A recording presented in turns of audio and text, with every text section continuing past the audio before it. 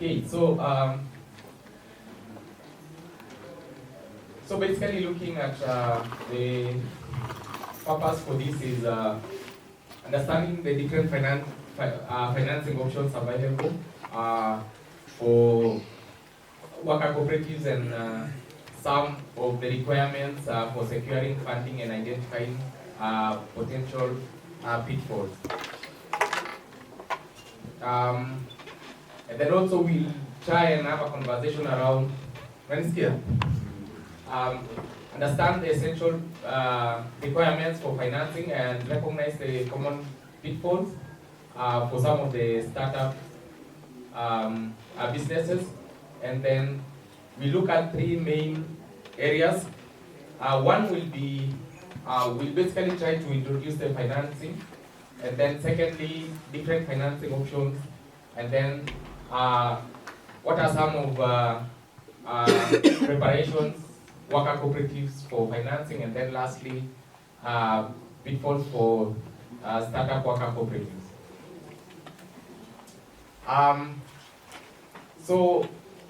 The vital role of financing. Najua, one of the challenges, every startup business inakuwa like, what's the main challenge inakuanga? Access to what? Inakuanga access to what? Access to? Is there anyone who can maybe take us through or just mention sources of financing for a cooperative? Sami? Registration. Registration. Is someone? Grants. Grants. What else? Donations. Donations. What else? Share capital. What else? For worker cooperative is aggregation of? Is aggregation of? Aggregation of? Aggregation of labor, and in return what do we get? We get wages, right? So we are looking at it as there are two components, finances and what? Alpha prime? There are two components of resources. So there is aspect of money and labor, right? Purchasing equipment, acquiring assets, which could be either land, building, or different facilities that the business will use, and then innovation and competitiveness in the cooperative business. One aspect also of market expansion, which basically being able to facilitate market expansion by funding market efforts and distribution channels, enables the business to reach new customers and enter into new geographic markets, and then also looking at the increased revenue streams and strengthen the cooperative market position. Also looking at the bit of innovation and adaptation. As a worker cooperative, I think we need to remain agile and ensuring that we become innovative, ensuring that also we're able to support different research and development efforts to improve our products and our processes. Given that basically we do compete with other different or other forms of businesses. There's also the aspect of innovation, which enables cooperatives to stay competitive and responsive to changing market demands. And just looking at the different businesses that are represented here, for instance, the Mount Kenya Guides and Porters, I know there are different private or limited companies that compete with the work you're doing, right? And looking at even some of their value proposition, that wengine wako na magari wenye wanaendea wageni wapi? Nairobi, si ndio? So how are we able to compete with them? How are we able to finance our business ndio tuweze kucompete, si ndio? So in terms of strategy, ni nini tumeweka, kwa ni mikakati gani tumeweza kuweka ndio ituwezeshe tuweza ku biashara kuweza ku compete na hao. Looking at also the Alpha Prime, tunafanya cleaning and how many businesses are in that space? Ngapi? I'm just talking. How many businesses? How many competitors? A lot, right? So maybe I can pose a question. What ni value proposition gani mko nayo yenye mteja atawakujia asiende kwa wengine? Probably reliability. We are affordable at the same time offering quality services. Yeah, and efficiency. We're very efficient in whatever we do. Define efficiency in terms of ukipatia kazi, number one, the professionalism in it, in terms of having the quality of services, being reliable, but still at the same time be time conscious. We do it as fast as possible.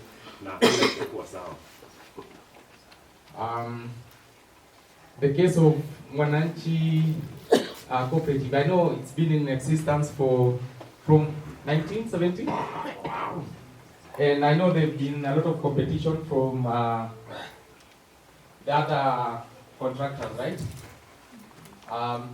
So ni nini itafanya mteja kuje Mwananchi asiende kwa contractor?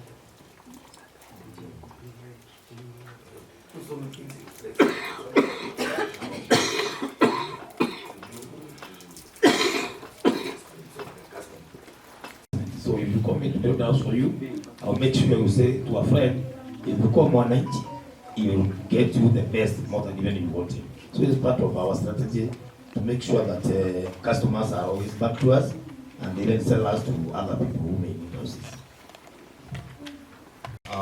We have invested heavily in equipment, and currently we are looking forward to investing even further using like a block making machine that would allow us to make our own candles instead of buying our customers. It's a value add because so basically investing in some of the innovative technology, right? And maybe just to pose some questions, what was your source of financing for some of that innovation? Anyone? Actually, in Nyeri, we're having different people doing the similar thing, but we're to have quality art installations and like easels to make it look decent, which was not part of the initial plan. So I believe there was a cost to that. Yeah. What was the source of funding for that? We had to now have a shared capital amongst ourselves, on top of whatever we had provided initially for the plan. So basically, you mentioned about harnessing the power of collective contribution, and I think that has come out clearly from Mwananchi Construction and also the Royal Arts. Loans from either cooperative banks, other financial institutions, accessing capital with cooperative-friendly terms. Maybe by a show of hands in different groups we have here, which cooperative of finance? Kuna wenye tumeweza kuchukua loan? Kuna kuna wenye tumepata government grants? Kikapu. From the women of the office of the women rep, Nyeri County. We got a grant last year of 250.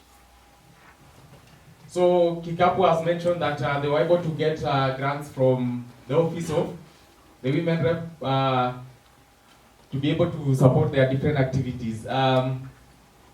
So maybe quickly looking at the different options that we have here: member contribution loan, government grants and subsidies, cooperative funds and networks.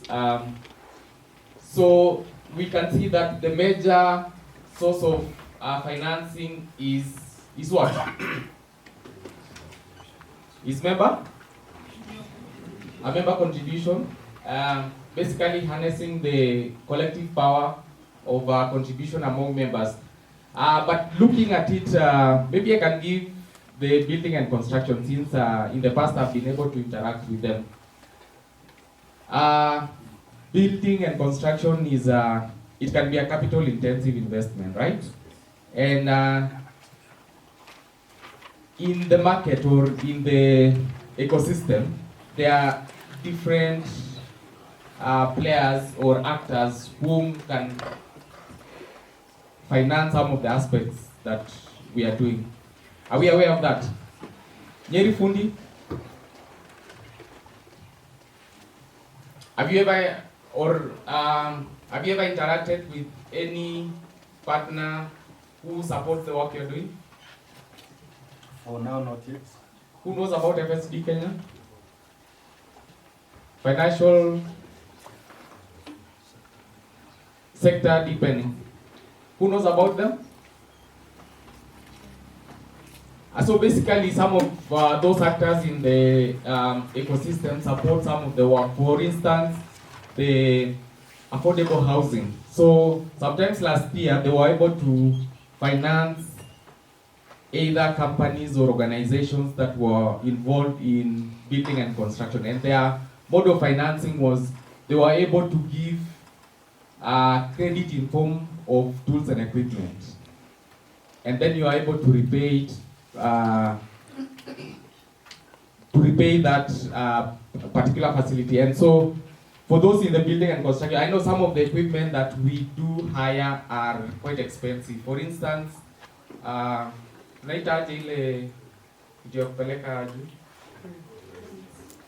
much is it per day? Inakonga pesa ngapi? 15?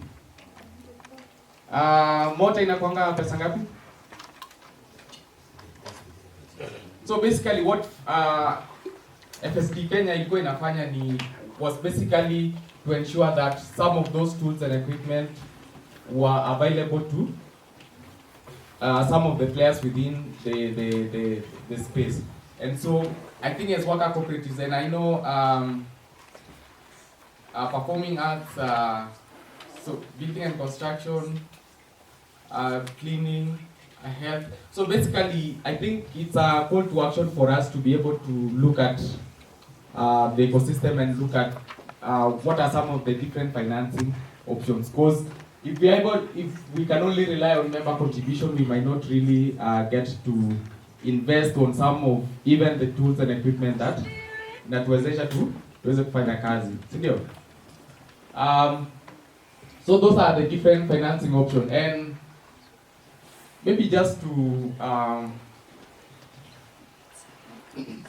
if we talk about loans, I know we have mainstream banking sectors. Tuko na banks, kuna microfinance na tuko na sacco, and mostly kupata credit ama kupata loan kwa bank inakwanga, which one is gani inakwanga?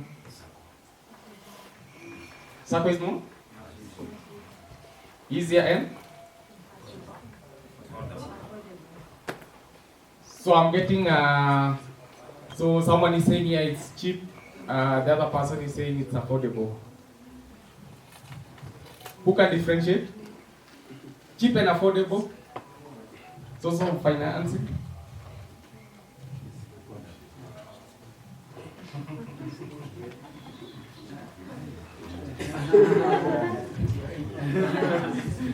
So, if to explain the terms on my own understanding, kwa sako kuchukua pesa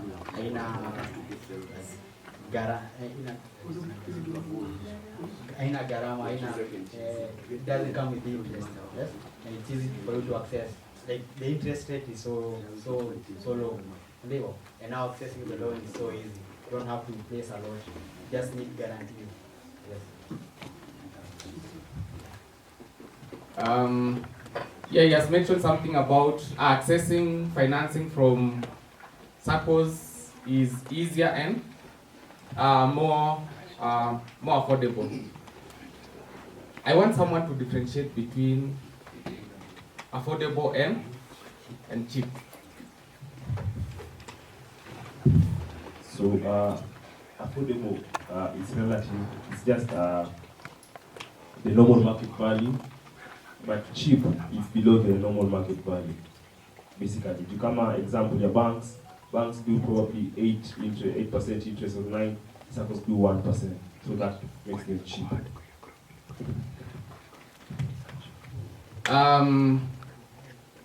Still in the concept of cheap and affordable. So basically, when we are looking at the different sources of financing, and maybe for this case, the loans, one of the things we look at, there are different components or costs to our financing. And I know one of it normally is the interest, which is pretty much straightforward, right? The other one could be the cost of financing. For this case is a loan or credit facility from a financial institution. So there is interest and what again?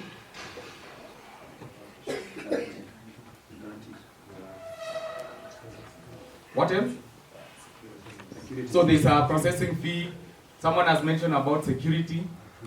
So there's the insurance component to it, which many or most financial institutions take 1% of the principal amount. So when you sum up those ukiweka pamoja, and when you look at it in an aggregate, you can find that, for instance, what's the current rate of financing from banks? Between 18 and 20 something, right? So, I mean, looking at that aspect of accessing financing from financial institutions, there are also other financial institutions who have partnered with different partners to be able to provide affordable financing to, for this case, cooperatives. For instance, there was a time Africa Development Bank used to have a product which specifically was meant for cooperative in the agribusiness space. And so what they were looking at, the viability of the business, and that particular facility was way below the market rate. We normally call it the consensual financing. So as a cooperative also, I think the call to action is tuweze kuangalia ni what are some of the products that exist in the market that we strengthening governance and structures to ensure transparency and accountability.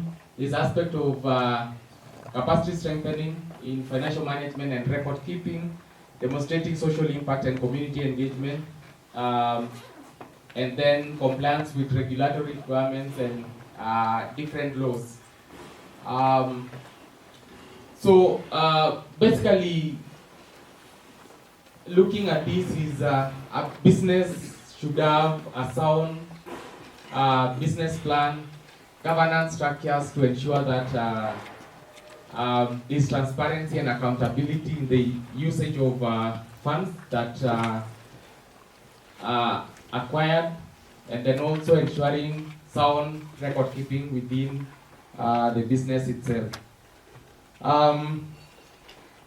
So I think there's something I skipped on financing.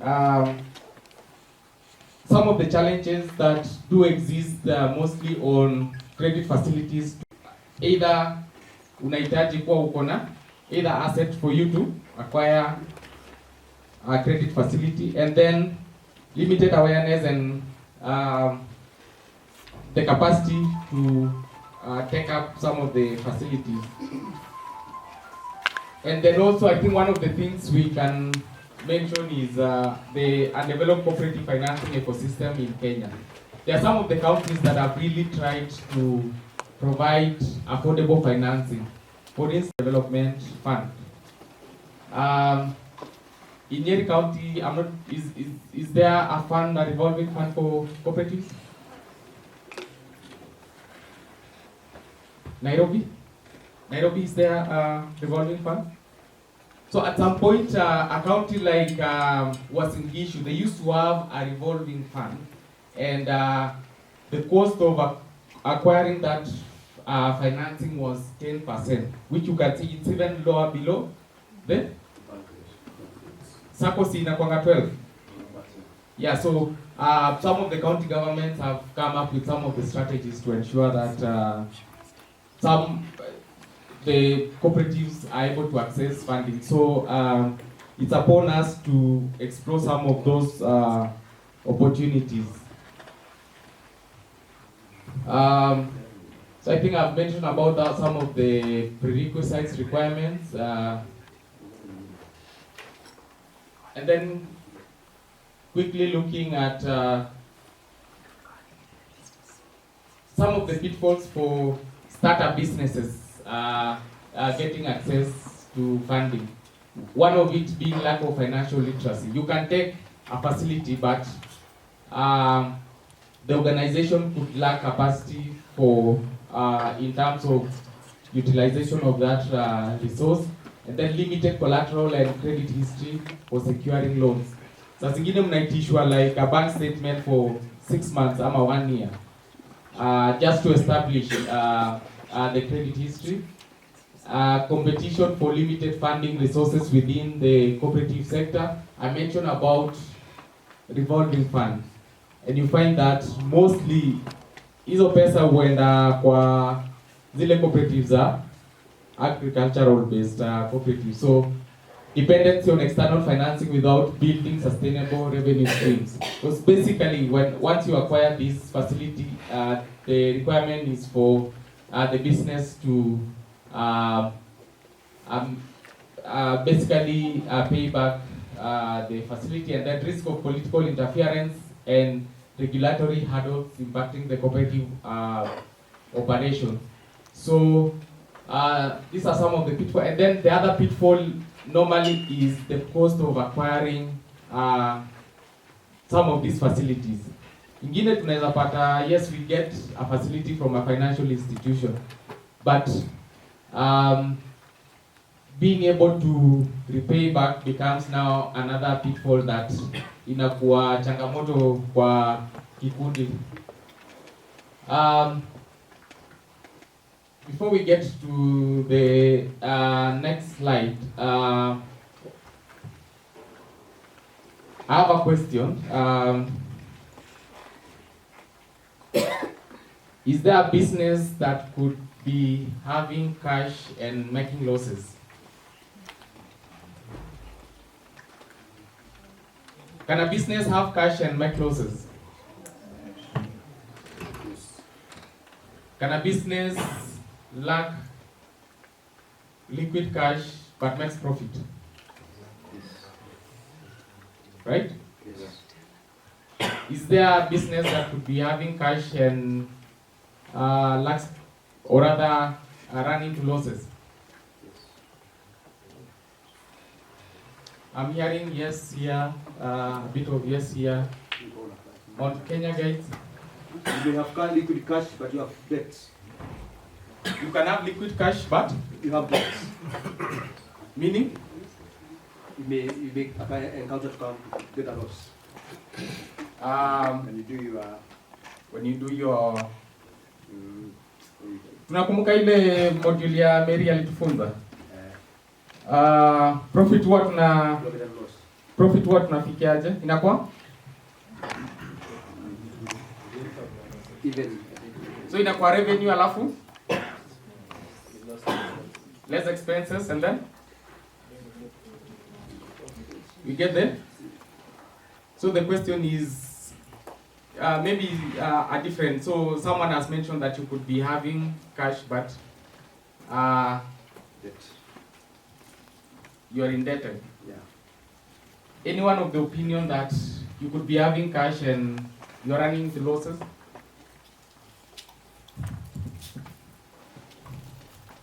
As we have said earlier, also we may be having the cash capture, but now we if you don't have maybe it's a market or a product here.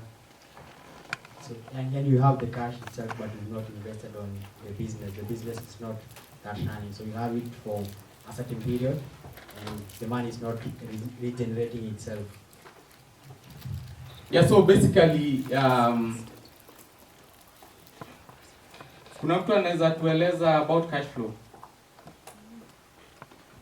Cash flow, what does it mean? No, let's give one. Cash flow means that you are liquid, yeah, you have the real cash, not the assets, but the real cash. That's what cash flow means. And that is, like I said, I think the first day we learned about cash flow, and it is one of the main components that makes worker cooperatives go down. That you don't have liquid cash, you have assets, but you don't have liquid cash. I think I have assets. Yeah, so any addition? Good morning. So cash flow shows the cash inflows and cash outflows, and it's able to show the financial health of an institution. And in terms of revenue and expenses, it is like done every year. So it is not cumulative. So you could make loss this year, but you still have some money somewhere. Yes.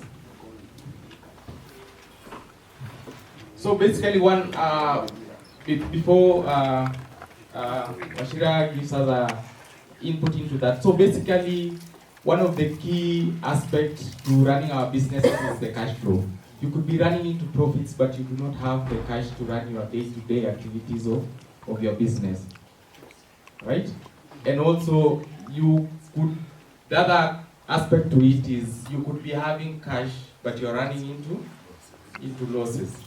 And so, in the next slide here is just trying to look at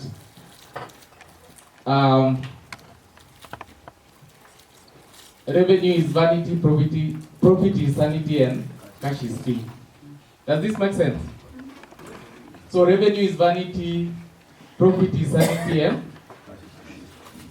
cash is king. So this is one of the proponents by Alan Mills. He was mentioning about revenue being vanity. You could be showing that you have revenue into your business. Profit is sanity. You can be okay with showing that in your business there is profit, but cash is to ensure that you're able to run your day-to-day activities, and without a purposeful focus on measuring and growing cash as well as profit, business risks running short of it, and hence the saying of this that revenue is vanity, profit is sanity, and cash is king. So I wish to maybe wrap this up by quickly talking about this famous African philosophy of the Ubuntu, which is basically an African philosophy theory which places the emphasis on being self through others and form of humanism, expressed as I am because of who we are. So as cooperatives looking at the different aspects of financing, the collective contribution into our business, I think it's key also to ensure that we're able to pool our resources, aggregate our skills, and ensure that we're able to build on to the business that we have. So that was basically an informational session about financing. I know we've just scratched the surface to this, and I wish to take any questions at this point or any contribution to this particular topic.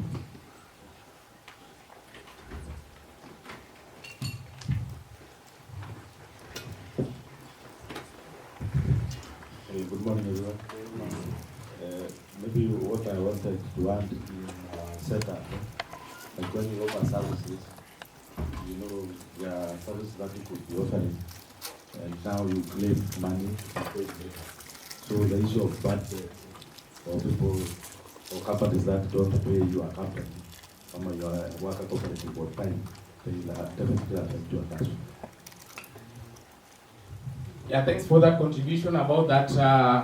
It could be that you're offering services alafu unangoja hiyo pesa ikuje, but you are unable to do what? To run your day-to-day activities. So it's key for us also to balance between the two, because essentially looking at the classical example, unajua hiyo pesa si utakuwa umereport kama revenue, si ndio? Looking at this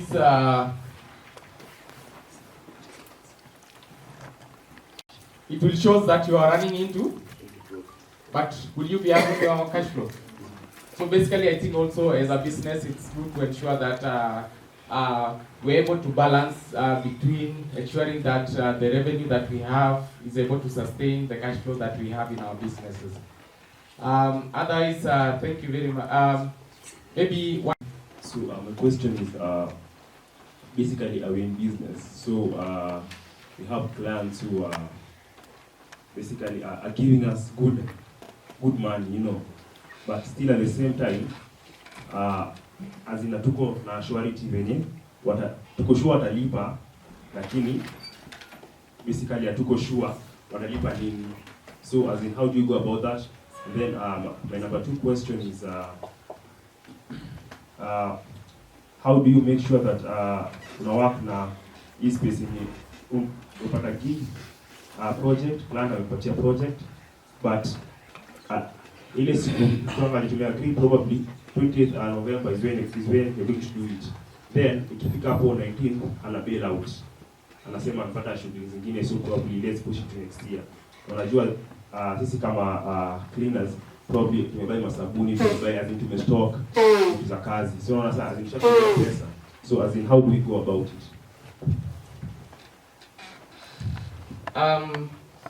Kuna mtu anaweza patia jibu?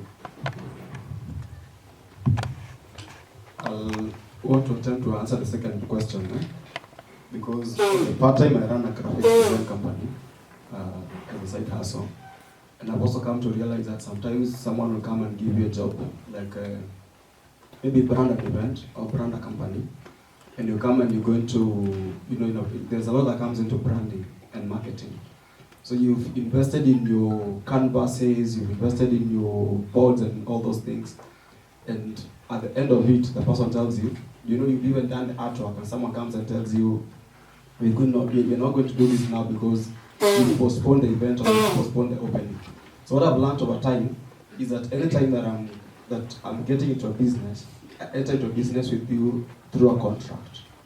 And what a contract will entail is that at the beginning of the contract, we're going to agree this is the final cost that is going to cost you for the whole project.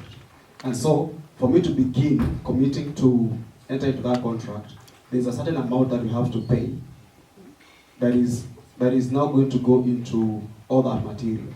So if at some point you feel that now you no longer want to, proceed with the project, it becomes lost on you as a client, because the money that was there already has been utilized. And you see, it's clear in the contract that this money you paid is going into your project.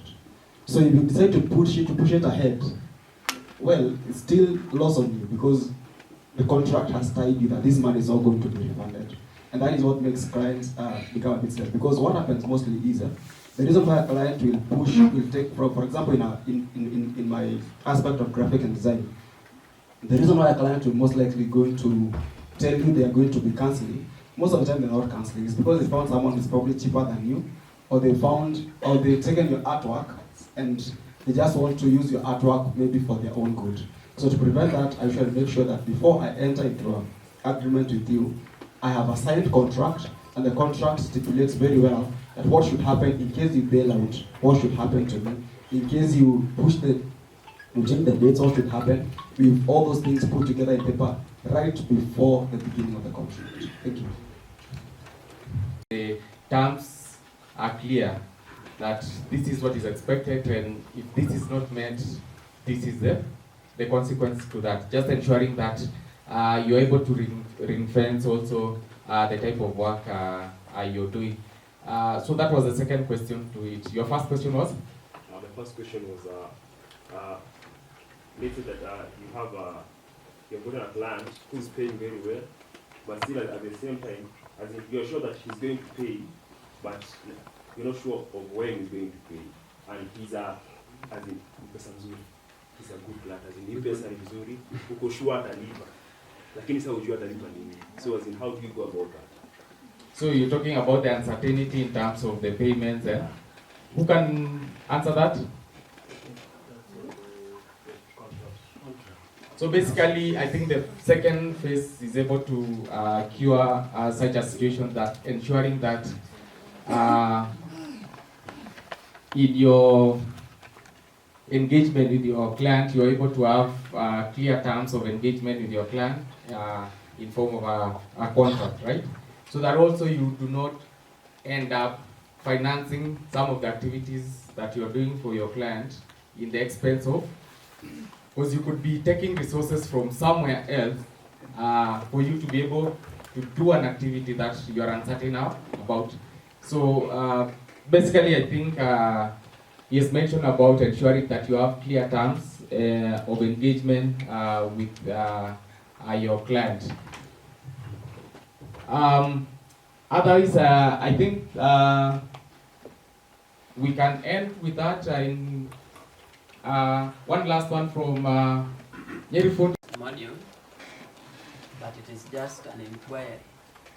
We've learned about the formation and all the process of cooperatives, but I haven't heard of is there a procedural criteria through which dissolution can come in, or liquidation of a cooperative? A resolution to? Dissolution to the cooperative, or liquidation of a cooperative. So I would invite cooperative officer to answer that. A resolution to of the company, there is that section of how you go about it.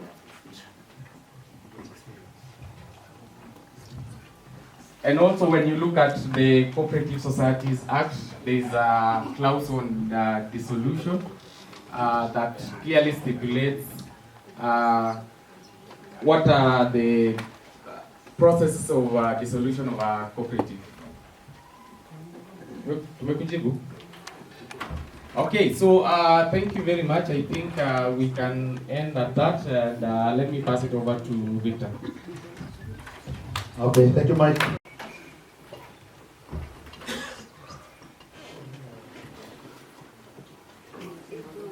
Yes, so there's a post test. Someone on WhatsApp. Please do a post test on that.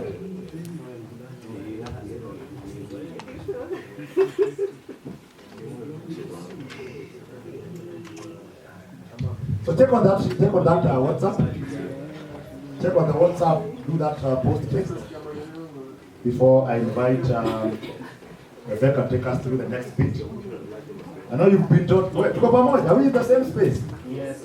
Yeah, nimesikia umefundishwa, revenue is what? Yeah? Revenue is? Profit is? And cash is? So where is the queen? So if I was to ask a simple question and focusing on profit, what should you lay more emphasis on or more focus on? Is it revenue or is it profit? What should you lay more emphasis on? Profit. Because remember, revenue just you generate revenue from what? From your sales. So less sales not lie to you that you're doing well, eh? Si ni kweli? Sales is kuonyesha tunasema we are doing well, you have to also focus on what? Focus on your profits, because profits you generate or you get more profits from getting your revenues minus your expenses. Really, that's the only way that you can be able to know that you are doing well. But ultimately, cash is king. You need good cash flow. And yes, are you sure? Yes. Confirm.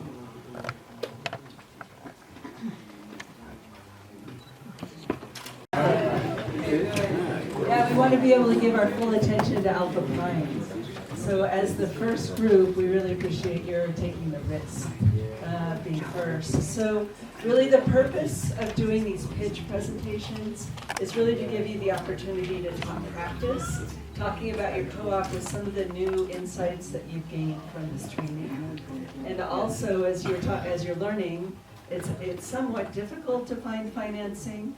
This pitch is really meant to give you practice, specifically, mostly, so that you can make a pitch to an investor.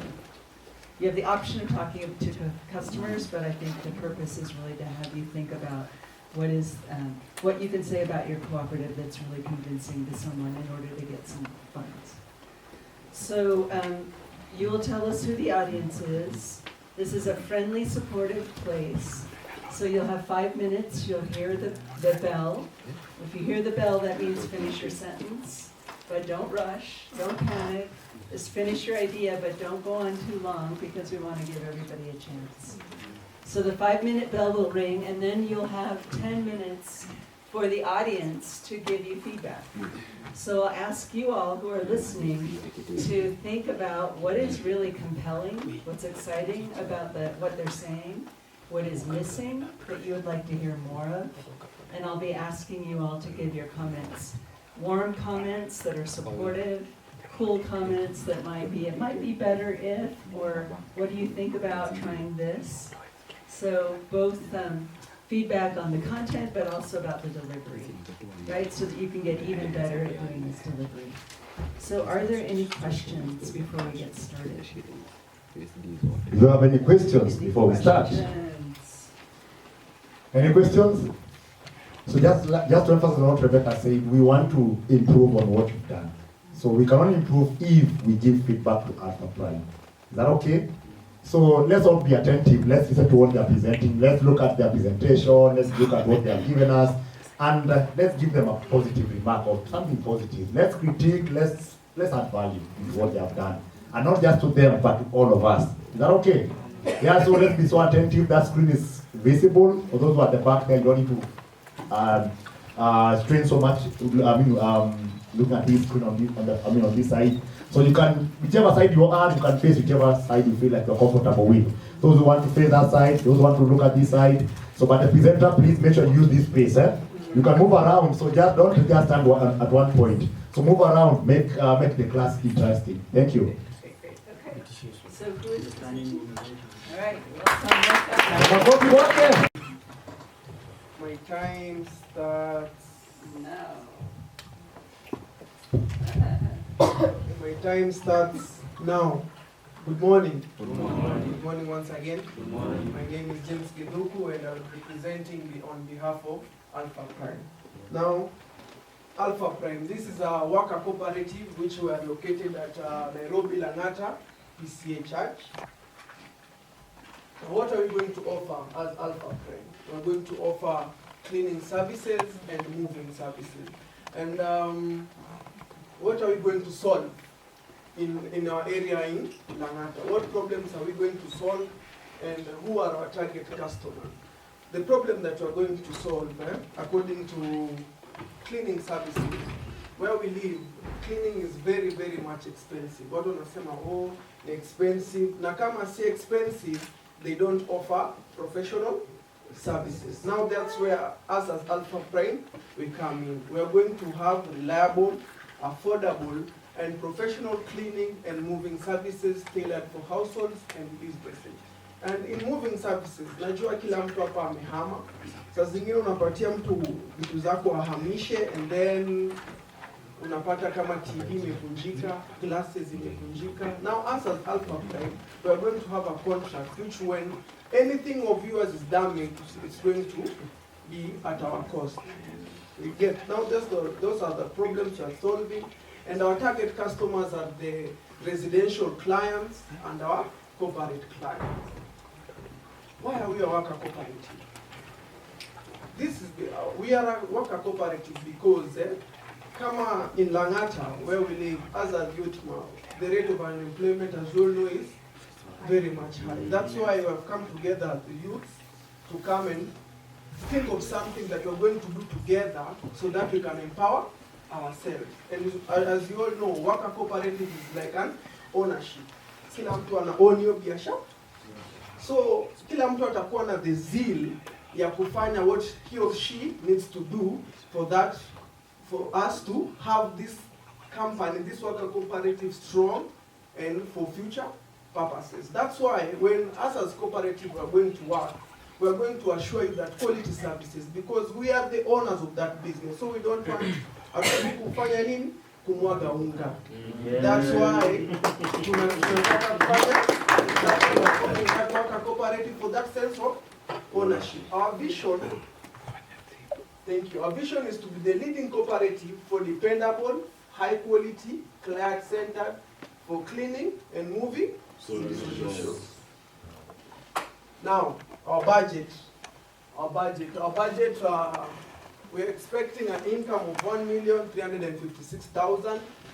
What we expect to have as our cost for that whole budget for that year is 1,200,000. And we have our price range. This price range actually is for cleaning. We have estimated for 2 bedrooms, but there is going to be rates according to where we are going to clean. But this price range we have taken is for a 2-bedroom house.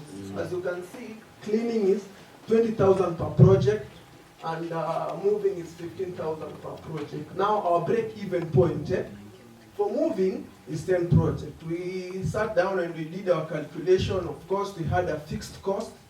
We had a selling price per project and the valuable cost per project. That's where we came up with 10 projects for moving and 7 projects for cleaning. That is our break-even point. Our ask to you as our customers, why Alpha Prime? That's the question I'm going to answer. Why choose Alpha Prime? Alpha Prime is made up of youths, young people who have the zeal, who have the commitment to come forward and make a solution so that we can be better. You see, now we want you to put your trust in us that we are going to deliver quality services, that we are going to do our best so that you can give us referrals and that we can move on together. So us to you, our customers, we will give you priorities and we'll strive for 100% satisfaction. We focus on delivery and building trust with every client. To our financiers, why should you finance us as Alpha Framework Cooperative? We want you to finance us because we have confidence in ourselves that if you finance us, we are going to do our best so that we can move forward together and there will be profit. So, to our financiers, moving and cleaning services represent a profitable and sustainable model, making it an attractive investment for financiers. Thank you all. Alpha Prime.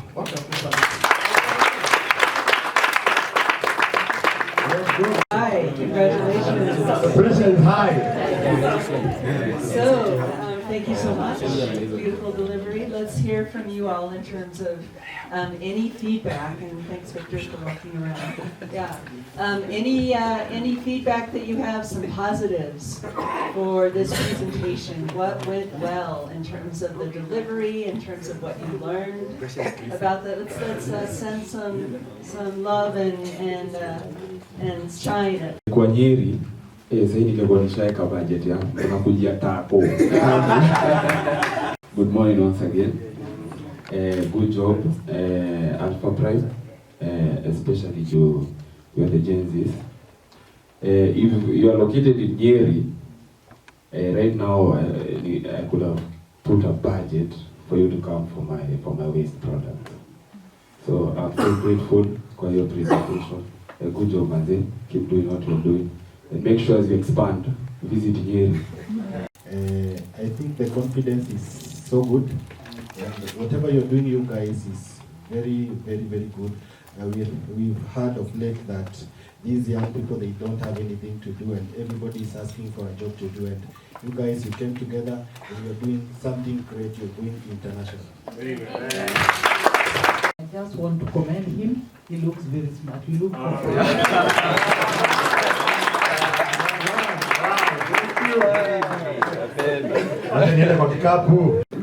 He's giving very bright.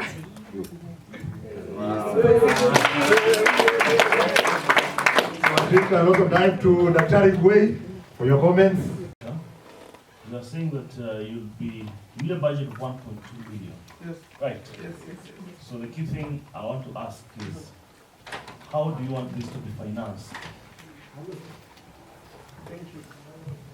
Dr. Moses, now, where we're going to be financed, we have our registrations, and we thought our income which we're going to have for our fast cleaning services and moving services, and that's where we think we're going to have our money. We have not yet think of loans from banks or grants from government, so it's only just us as Alpha Framework Cooperative. Yeah, this is very important because Mike has just told us about. Because how many members do you have at Alpha Prime? 16 members. 16 members. Yes. So each member is supposed to contribute like how much? Registration fee or share per capital. Yeah, share capital. 2,500. So simple mathematics. Plus registration fee 1,000. So if you do that math, yes, you can't attain that 1.2 million. Yes, yes, yes. So maybe you may think about other financing options for the cooperative. Yes. And that is where you can think about the grants. Yes. But the key thing, as you do the grants and also the loaning, yes, you need to be keen that there is a principle of autonomy and independence. Okay. So you don't overburden yourself with loanings. Yes. So sometimes you normally cut the suit according to your size. Oh. Yes. Thank you. Thank you very much. Thank you. We'll put that. Another person before I take it back to. Okay, thank you. Fine. It was a good presentation. And you're able to convince very easily. So now to my next maybe input. You call it yourself cleaning and moving services, but when you come to cleaning, yes, I don't think it's about the household. Yes, yes, that's why. Because okay, you need to broaden your services to be something like even post-construction cleaning, fumigation. You need to do like event and after-party cleaning. All those fall under cleaning. Then on the issue of your expenses, I wish you'd have told us or given us a breakdown of your expenses, because I think you also need safety wares. They are part of your expenses. Yes, yes, yes. There. Yes. Do you have vehicles to move or you hire? We hire, thank you. You hire Yes, vehicles. we're going to hire. So, but you're looking into a future of having your own Yes. to be able to reduce the cost. Yes. So maybe that's my input, but we'll be looking for you people. Thank you very much. Thank you. As us as worker cooperatives in general, have a great day. Asante sana.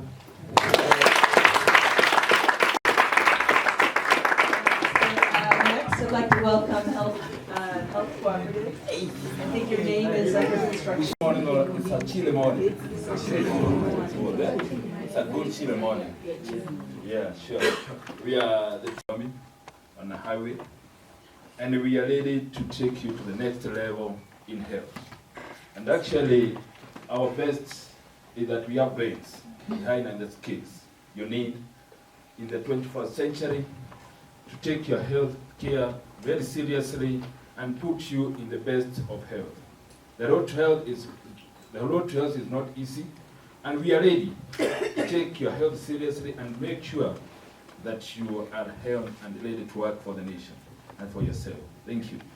As we go on, as a work cooperative, we have our own vision as health service providers. We have health services including consultation and health clinic, special clinic that include your diabetic clinic, your hypertension clinic, and also your psychiatric clinic. Currently, we have an issue of mental health where we take things very seriously. We know economic times it's not good, but your health is our business. And your mental health comes first as you go on to work to the best. We have also imaging services for those people who don't know what is imaging services. We have imaging services to include radiology, sonography, and CT scans. We also have laboratory services where we need to check on your blood, we need to check on your level of creatinines and the like, so that we can be able to offer the best we can for the best treatment. That no one will be misdiagnosed because there was no laboratory services. That's one of the major things we do. Other things we do is surgical services to include the minor services to the major surgeries. The other things we do is maternal child health clinic or welfare, how we take care of it, when we take care of your child from immunization to best of the nutrition so that your child can go to the best level. Another thing we do is family planning, then we do the child care clinic and also maternity servicing and the dispensing pharmacy. This dispensing pharmacy is well equipped with all the need you need for the medical care, the drugs, and anything you need for the best of your health. Our vision, why a worker cooperative? As a worker cooperative, as Tibu Health Cooperative, our main job is to create jobs for ourselves so that we can get the best in remuneration to create the job in the 21st century where job is a scarcity thing. As you know, we go global, job opportunities are scarce, so we want to create the best job opportunity and also to offer you, as we create ourselves for the job opportunity, we want to offer you the best health services you can be able to get in the region, including to carry on with our competitors so that we can harness the best skills we can, so that we can offer the best service that we have. Our vision is to provide high quality, accessible, affordable, and equitable healthcare services for all. In the 21st century, we have upcoming conditions which need better skills, which need high quality care, high quality services, and high quality medicine, so that you can be able to get the best of health. Thank you.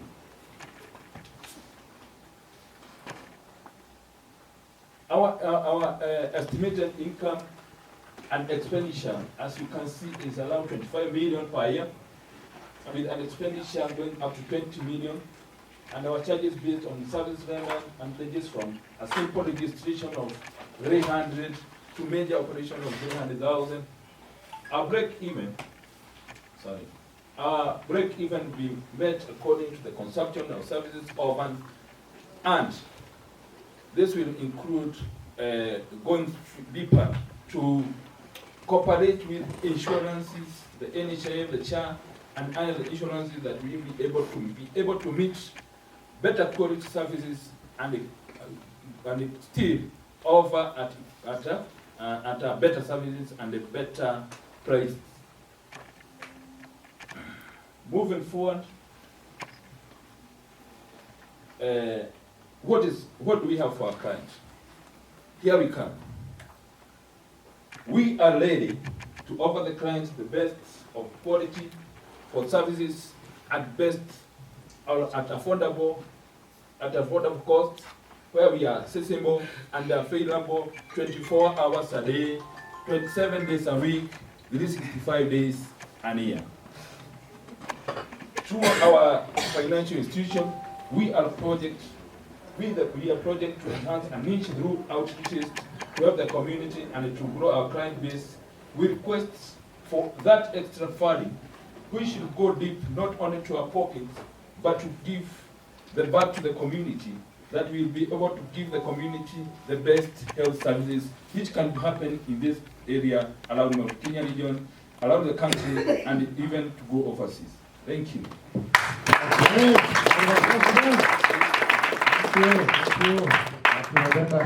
Thank you. Okay, thank you. All right, another round of applause. Questions are feedback on what went well with this presentation, what would improve it, and I'll give you this. Okay, so bring on those questions. Oh, yeah. As cooperative, I want to take this first opportunity to say when you reach the level of building a hospital, we would want you to consider us as employees. Thank you very much. Okay, thank you. Mine is on the income. In my opinion, I think you've overestimated your income.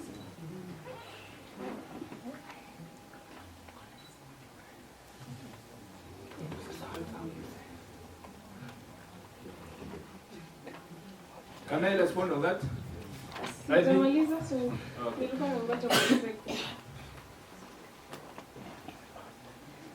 Yes, I feel that the income is, what can I call it? You've overestimated it since it's a cooperative and also it's on health sector. I believe that you're not here to just make money. It's about treating and also on cooperative. That's my opinion. Okay. Can I respond? It's about organization.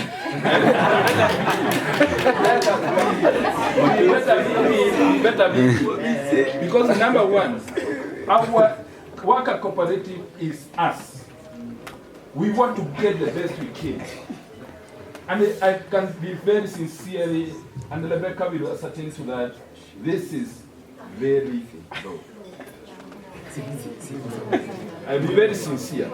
How much do you get? How much do you, okay, let us go for example. Matthew, how much do you make in a year? In terms of Cash, okay, estimate. Or a normal person. We are looking at the hand times. We have, actually in Kenya right now, to survive, just to survive. You need a salary rating between 200,000 and 250,000. If, let us be real, let us be real. Anything less than that, you will be struggling. Sure. Are we true? So when we say our income is around 25 million, and this is not an individual person, it's a cooperative of around 18 people. This is less. We need to work harder. Thank you.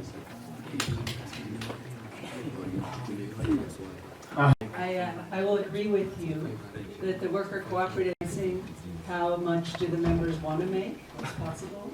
And also oftentimes worker cooperatives give back to the community in other ways. So the problem is not how much money, it's what happens to the money. Is it fairly distributed among the workers, right, based on their skills and their decisions? And what is the ways in which that they can give back? So we don't know enough right now to know how much is the right amount, because you're still working on your budget. But I think it's a really interesting conversation. Thank you. Okay, thank you. Thank you. You are level one, you are just a dispensary, you just clean rooms and dress. And those minor elements like common cold and everything. These are level 4 hospital. That's a theater. You can imagine a surgeon operating on a 6-hour operation, maybe maternity case, cesarean sections, and all those inpatient services where you be treated day and night, with a nurse to take care of you. The facility is clean. I think this is very good. Okay, so they're justified. Let's see another one. Thank you very much. First, I will start by congratulating the health workers union. Thank you. In fact, you are doing good work. It is good that when we are healthy, we say health is wealthy. Yeah, sure. So, first of all, I will say, I won't talk about the figures, so many have stopped, but I want to say that that figure is small.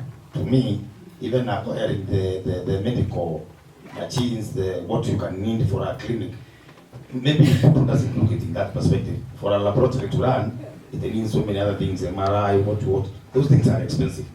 Even these figures you are putting, maybe you are starting. In near future, you will go to 100 and hundreds of millions because on equipment only, it is money intensive, it is capital intensive. So don't see like you have exaggerated. To me, I see for a startup it is good, and the way you have presented it, you are good to go. Keep up. I don't know if maybe I missed the slide, but did you show anywhere where maybe you'd be offering? Because I remember I heard from, was it Shiras? I think he mentioned something to do with like the clinics, or the like the cleft lip palate, yeah, the repair and all those things. Will you still be maybe conducting maybe educational services to teach people on how to like maybe prevent some of the things or things like that? Or will you just be offering those services? Okay, I think medical is a bit comprehensive, and what we are offering here is a very special thing. Number one, we are not a primary, we are not going to do the primary health care like the dispensary. We are going more. We want to do more. And actually, what we can do, what it means about the consultation and special clinics is that people, okay, especially the diabetic and the hypertension clinic, before we start the clinic, we do health talks. They're called health talks. We can do one-on-one health talks or issue brochures. Okay? And also organized group educational sessions. I think I have also done. So pass it through. You're good, man. You're good. The way you presented yourself, the confidence in you, as in points your fingertips. I really loved that. And the first question was about what Alex asked about how you give back to the community, and you have clearly stated it. And my second is just emphasis that I believe that it's so important that as you continue doing this, you as this team kindly invest in this guy. This guy has the ability to close deals. When I talk about kindly use him wisely, yeah? Watch and you take your time. I remember yesterday I was speaking to a friend of ours, and I told him that increase your value.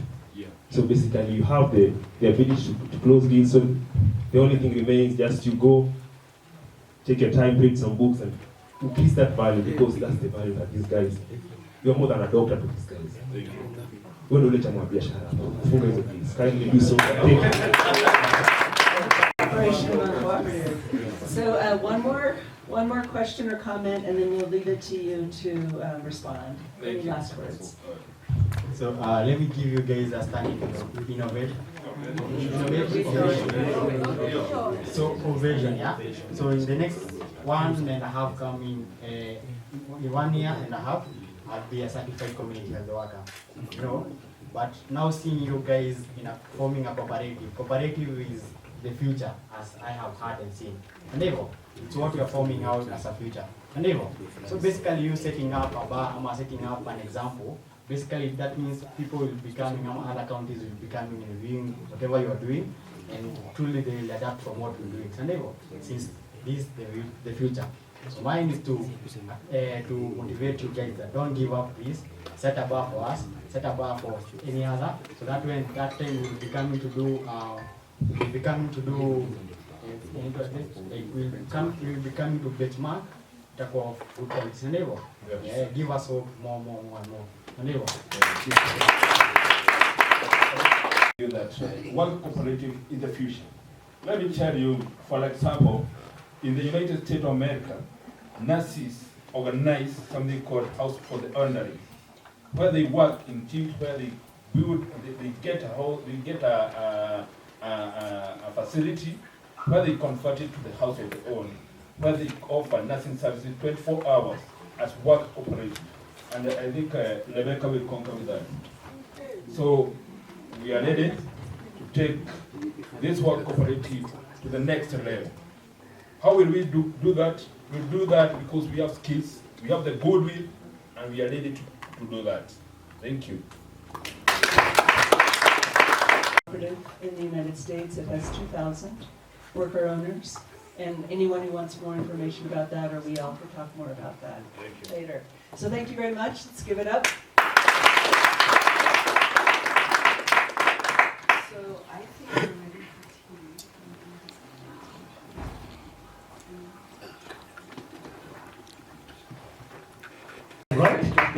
So and the bar's already been set. So we have how many more presentations to go? How many to go? Not a lot. How many to go?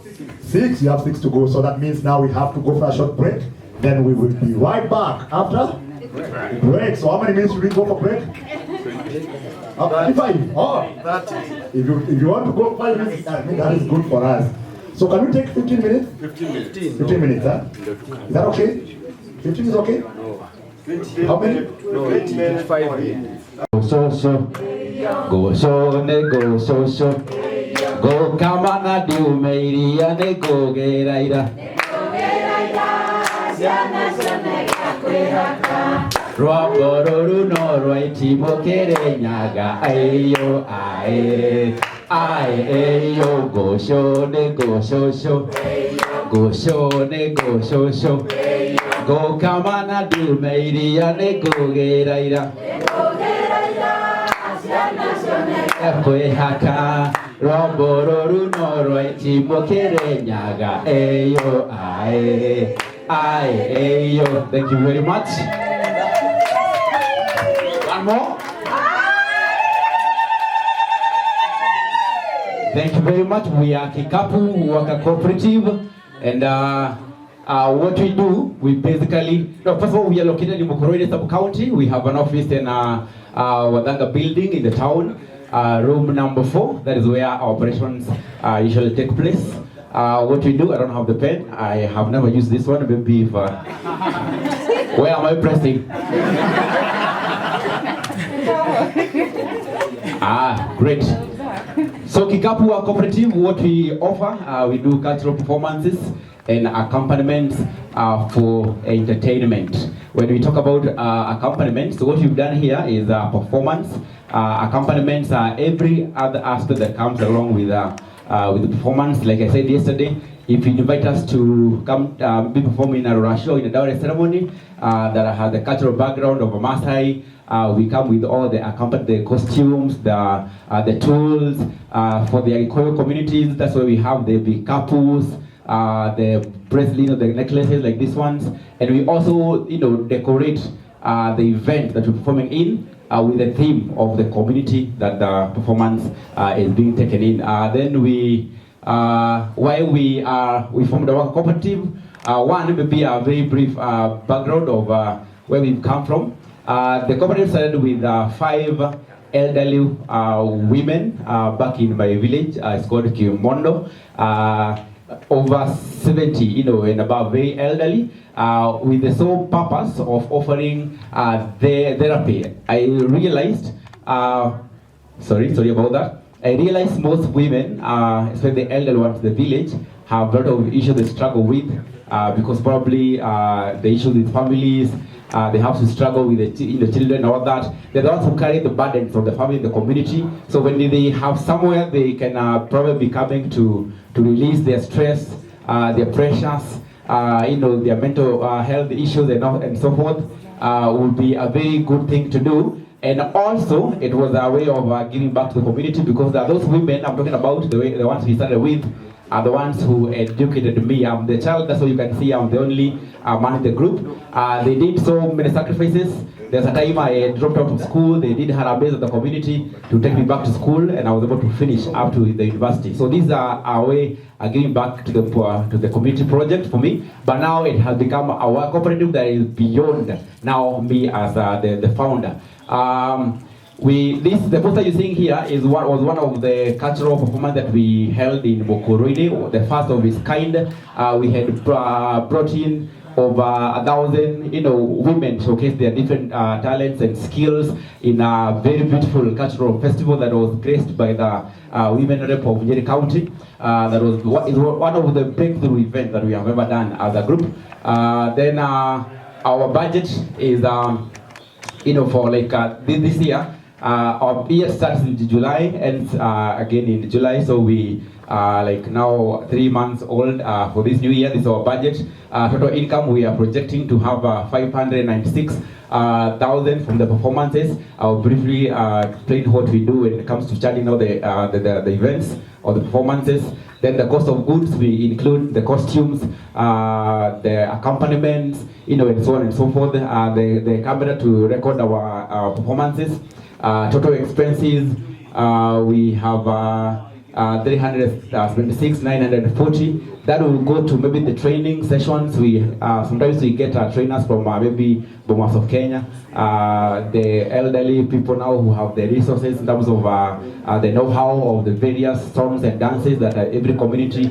If you want to do maybe some training on the Maasai community, we have to get a trainer from from Narok, for example. All those costs are all there.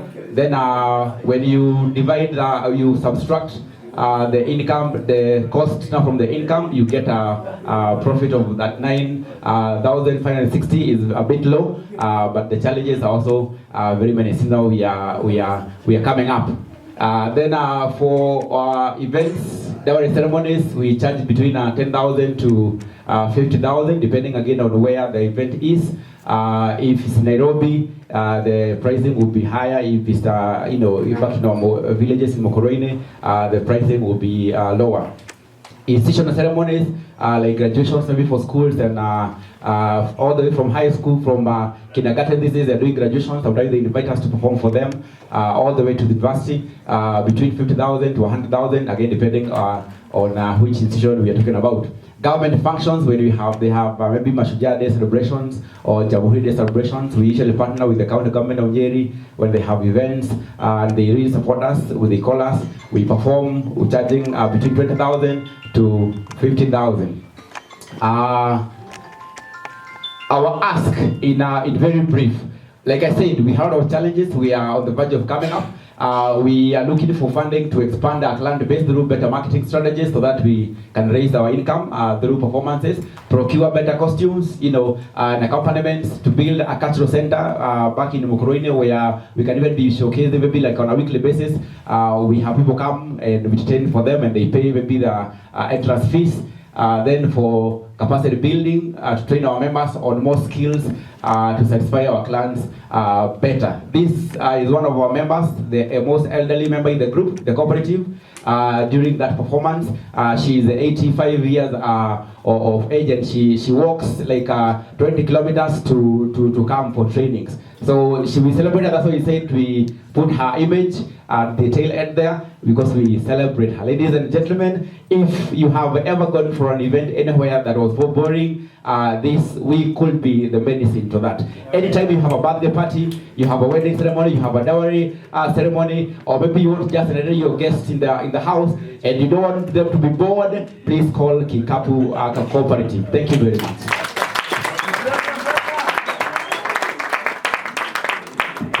You can do better than that. Welcome. Okay, thank you so much. So let's hear any feedback that you have for the presentation. Positives, things that could be even better. Go ahead. Thank you so much, Kapu. Really, you are welcome. You are welcome us in Nyeri. We are happy what we have seen. Yeah, so he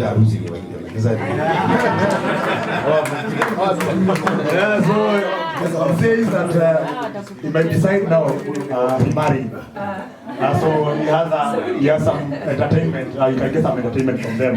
So if he's considering that, then he has Kikapu ready to entertain them. Okay, let me use this. Better? Okay. Thank you very much, Kikapu. It was a nice presentation. Hata mimi in the next 2 years rorasho yangu ndawatafuta. Wache tu namba. Now my question is, kwa budget, in your budget, nimeona institution meka 50,000 to 100,000. Na government meka 50,000 to 100. Kwa institution na government meka 20,000 to 50,000. Mbona kwa government mko cheaper hivyo na kwa watoto mnawafinyilia hivyo, na kwa government ndio kuna pesa? Au pesa inafaa irudi bana kwa wananchi? Sasa sijui hapo kunaendeleaje. Okay. So the question, might passing the mic to respond to that. So the question where now they are charging a lower fee for the government functions as opposed to the institutional ceremony, so you might need to justify why, then they can also get an understanding on that. So for institutions, they're private, we count them as corporate. For government, from previous events, yes, true, they have money, but mostly when it comes to usually a challenge from the past events. In fact, the event that we have performed in, the cheapest paid events were government functions, to be said. So we want to be realistic. That's why, and also the government, because they have reached to every corner, there are a lot of competition. So we have to offer very competitive rates so that we can get a chance. Competitive packages. Thank you. So Mike has something? Okay. You mentioned that you intend to break even in less than 1 year. I think that's too optimistic. Majority of the business startups perhaps takes like 3 to 5 years to break even.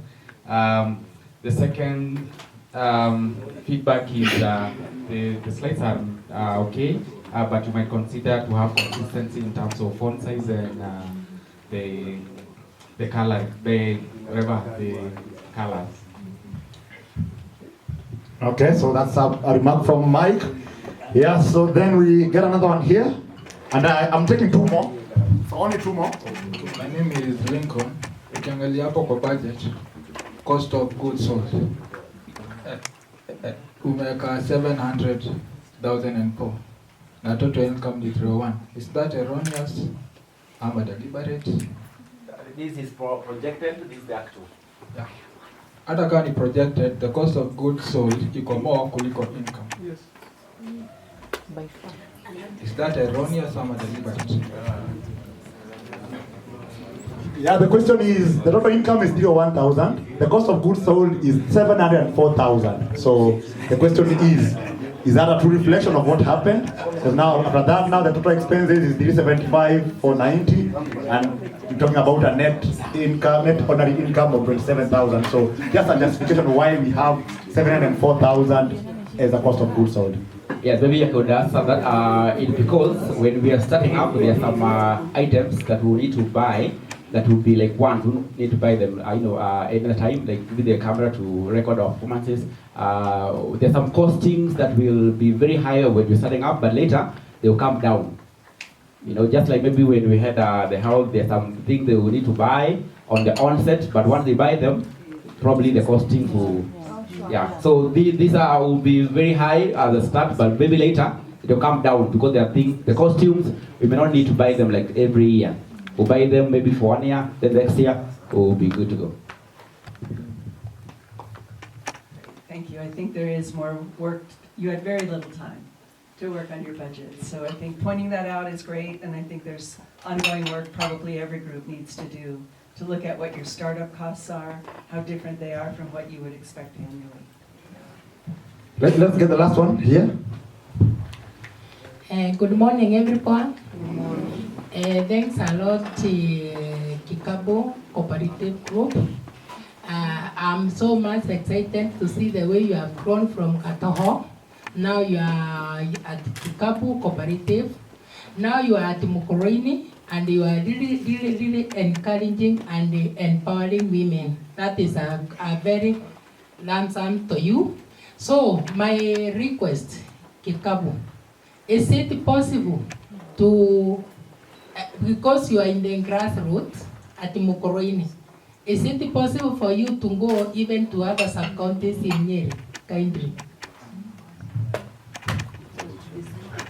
Yeah, most definitely. Like I said, we started in one village. Right now, we have members from 14 different villages. We grow like every year. So maybe next step would be now to go to sub-counties. We started level, it was a self-help group at first when we were starting. Then we joined several villages together. We formed a CBO. Now we've been raising, every day. Right now, getting out to the level of a cooperative will give us now the milestone to go to the next event, the sub-counties, and even Nairobi and Mombasa. Why not? You see, when we are practicing maybe to do the Maasai songs, we have to get someone from all this, from Narok. What if we have, I don't know whether it's allowed for a cooperative to go beyond the borders. Probably something that we need to research on. Okay, thank you. So the last one now is from Dr. Gui. Yeah, thank you so much for that good presentation. So see now I'm a financier, I want to finance you. I can see from your ask, you want to get better costumes and accompaniment. How much will this cost? Because it is important for you to highlight this. And I think one thing that I've noted from the presentation across board is that there's a confusion between income and asset. So what I want to recommend, you simply write this down. It's actually the fundamental accounting principle that assets minus liability is equals to capital. Andika hiyo mahali itakusaidia. Assets minus liabilities is equals to what? Capital. So when you're setting up a cooperative, you need to agree, itemize all those capital requirements. Then ask yourself, how do we finance this? So when I look at your financials, I think they need to have some, you need to work on them a little bit. Certainly. Thank you. So let's appreciate Kikapu. So are they singing for us as they leave? So you can take the stage, you can sing a song as you walk back. One second, closing comments. Oh, closing comments. Sorry. Yes, closing comments. In our cooperative, we are lucky to have a police officer. And I would like her to end the presentation for us. Thank you so much. I think we have gone beyond borders because I started working at Mukurweini. I worked there for 6 years. Then I was transferred to Kirinyaga. And in the platform, by the way, I saw him in a platform in a WhatsApp group where he was saying, we are doing this and this, and I got interested. So even though I'm not present there at the ground, sometimes I go there for annual meetings or like making the shodo sometimes. And I'm based at Nyeri. So we are going beyond borders. Thank you so much. Thank you. So let's appreciate them. We can do better than that. They've done a good job. Thank you so much. Thank you so much. Yeah, so with that then we... Good morning again. I'm Pastor again. I'm representing Kenya Guides and Porters with my friend here, my colleague. I'm Elias Nyamo.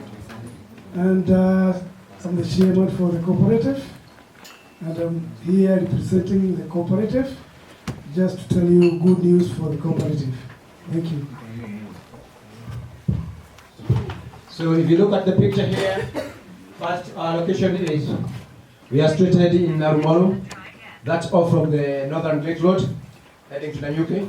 It's only 4 kilometers all the way up Mount Kenya, and you find our office there. Yes.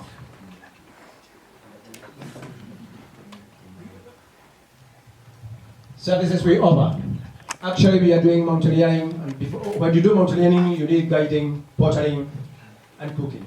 Because you need food there, so you need good cooks, you need good food, and then you need porters to carry your luggage because there are a lot of gears there. And we got some examples of some gears that you need to have when you are going to Mount Kenya. Value proposition.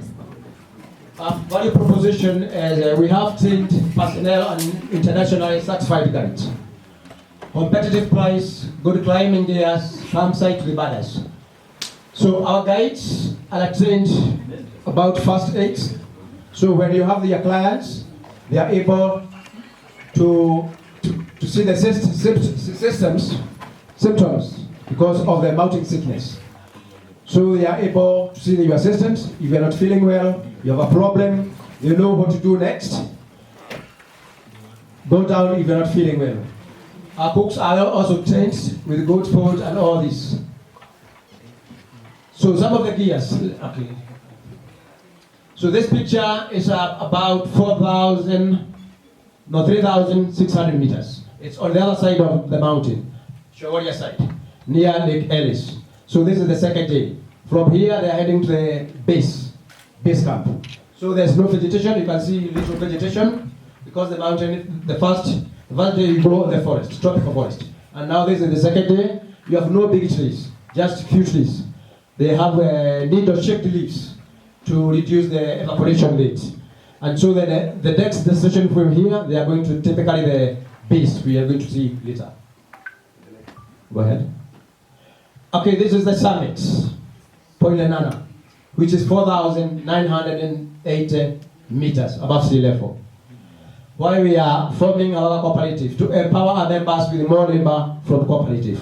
Members to benefit from trainings.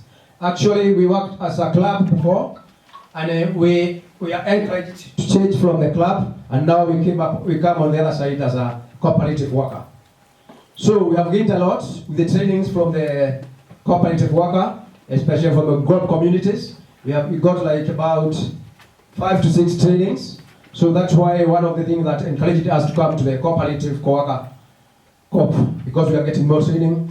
Our members get much advanced with the training, and later we can have a better cooperative than what we are doing before. Do you notice something from this picture, the people that are on the summit? What do you notice? Yeah, I'm there. Okay, that's one. Okay. What else you see? No, Mike is not here.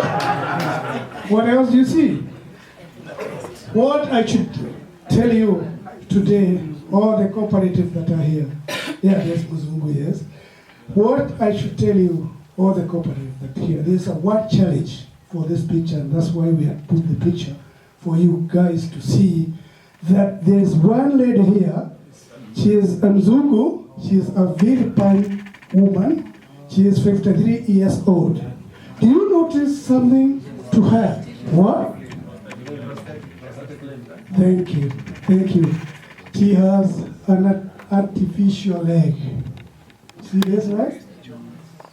Hii ni shuma hii, akona hii ni shuma.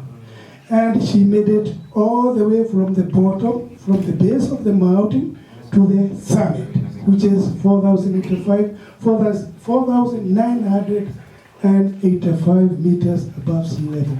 So, I'm asking you guys, you're here in Nyeri. She had come all the way from Philippines to do Mount Kenya. And Mount Kenya belongs to you guys. You are Kenyans. Have you done that? So, what is your vision? Our vision is to be leaders in our field by offering first-class service to achieve high return in order to sustain our members' needs labor. Because the problem we have is we have shortage of labor, less clients. So, if we have more, if we have more clients, then we have more labor for our clients. So we request you, the residents or citizens, because we are doing most of our work from non-residents. So still you have opportunities to do the mountain. And when you do the mountain, you promote us. So you should not only look forward for the foreigners. So that on times, like in Corona periods, when we have no clients coming from abroad, then we can rely on you.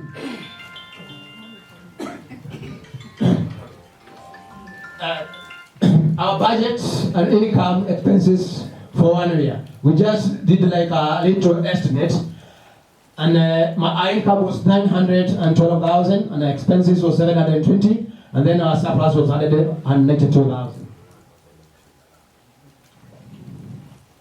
Our charges.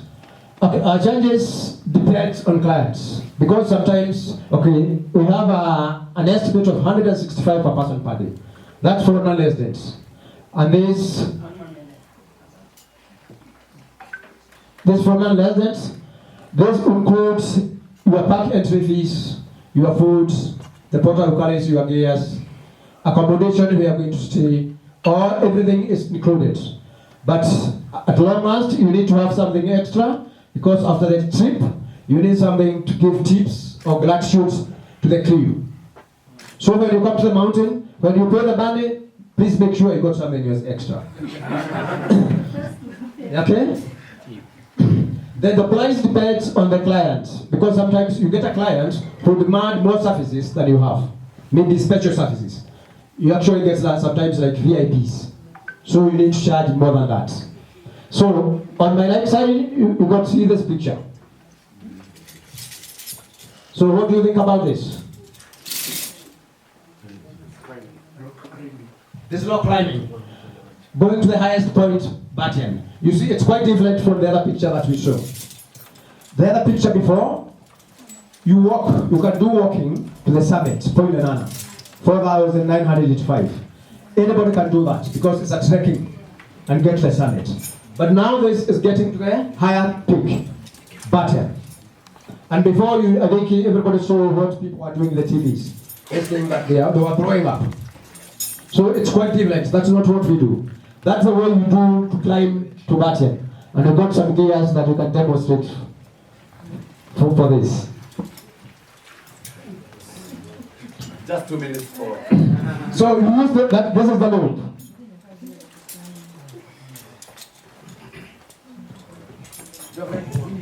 Geoffrey.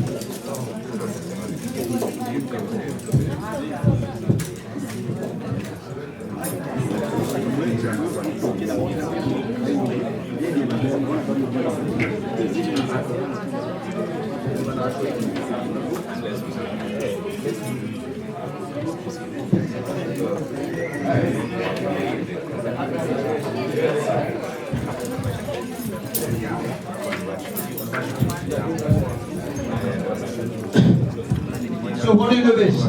What do you think is this coming here? Who? Us. You.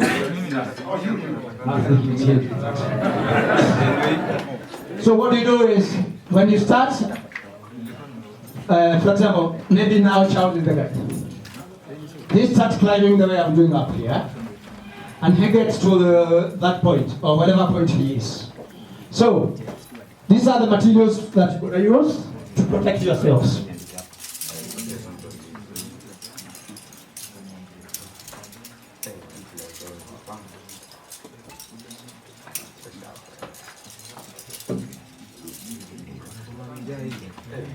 So, like this one. So when he is climbing, if you look at the logs, you can see some cracks inside there. So this material is called thread. If you push it, you can see it gets smaller. So you fix it, you put it inside the crack. And then you release this. So it's expert. Okay? So it holds that. Eh? When you hold that, he takes the loop and clips the loop there. So now this is a protection. That means in case he falls, this will hold him. And the climber will hold him with the other loop. And he's doing just to spread about 2 meters. And then after, he can continue. This is the one you take it off. So our big event public products of our clients project we did a 6 days trip for 4 packs. So we charge 105 days per pack, and then we get a total of 3,240. Total expenses 3,240, and so we got a profit 00 US dollars. You are asked to a customer or a financing institution. Actually, we need financial assistance in order to make a good website to boost and attract our customers worldwide. Okay, the reason why we're asking for finances, we have a lot of companies and we are very competitive. And actually, because of the price. So, if we get a financial, then we would like to be assisted with a website, good websites, that would attract customers all around the world. And then when we have more customers, we will have a lot of work for our members, and then we can expand and get more extra members. I'll just round up. I'll just say that you guys will remember the book which is written, which says there's no picnic on Mount Kenya. Who have read that book? No picnic on Mount Kenya. Well, I should tell you, if you are working very hard in your office and you climb the mountain, what you have to be doing, you not get stressed when you climb up the mountain because the mountain is so cool. There's a guy who said in that book, he was in prison. You remember the Italians that were in Nanyuki in prison? They are in that book.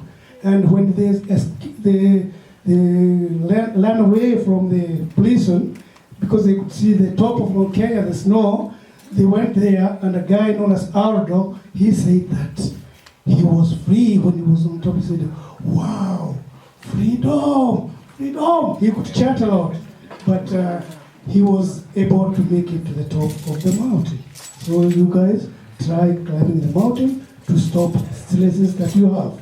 You will see the doctors if you do the mountain. There are so many. We have many of The boots. Yeah, the boots you should wear your size. See the boots? The boots are here. Okay. All the equipment. This is a sleeping bag. You don't carry blankets on the top of the mountain. You need a sleeping bag. You are by yourself.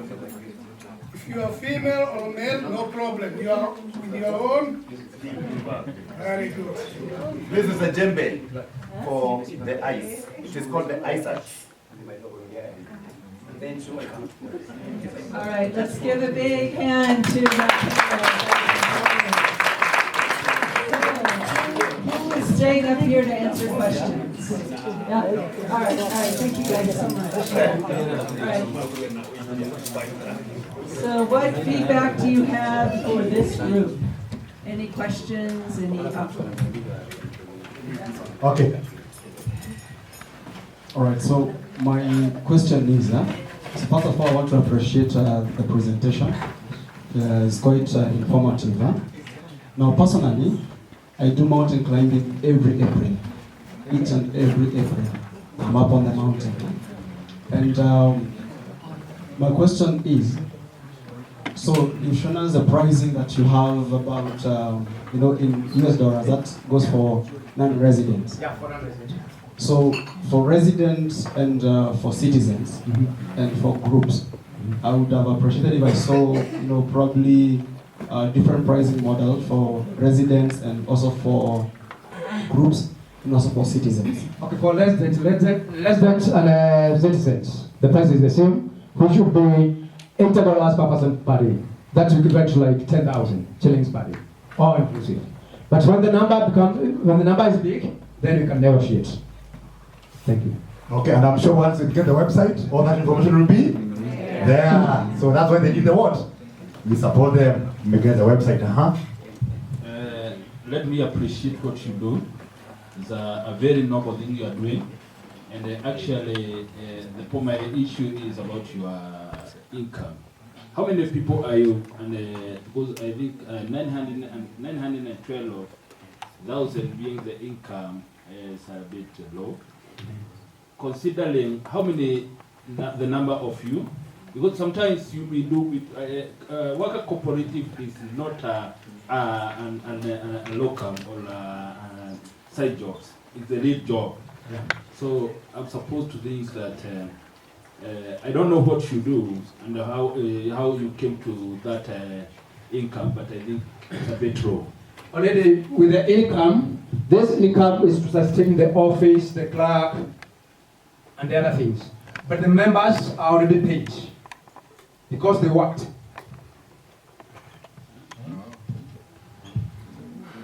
I think if you look at my when my calculation, if I do a calculation for a trip, then porters, guides, cook, they are already paid. Okay, I don't know, but I think it should be included in that, if I'm not wrong. Include the cost of what people get paid.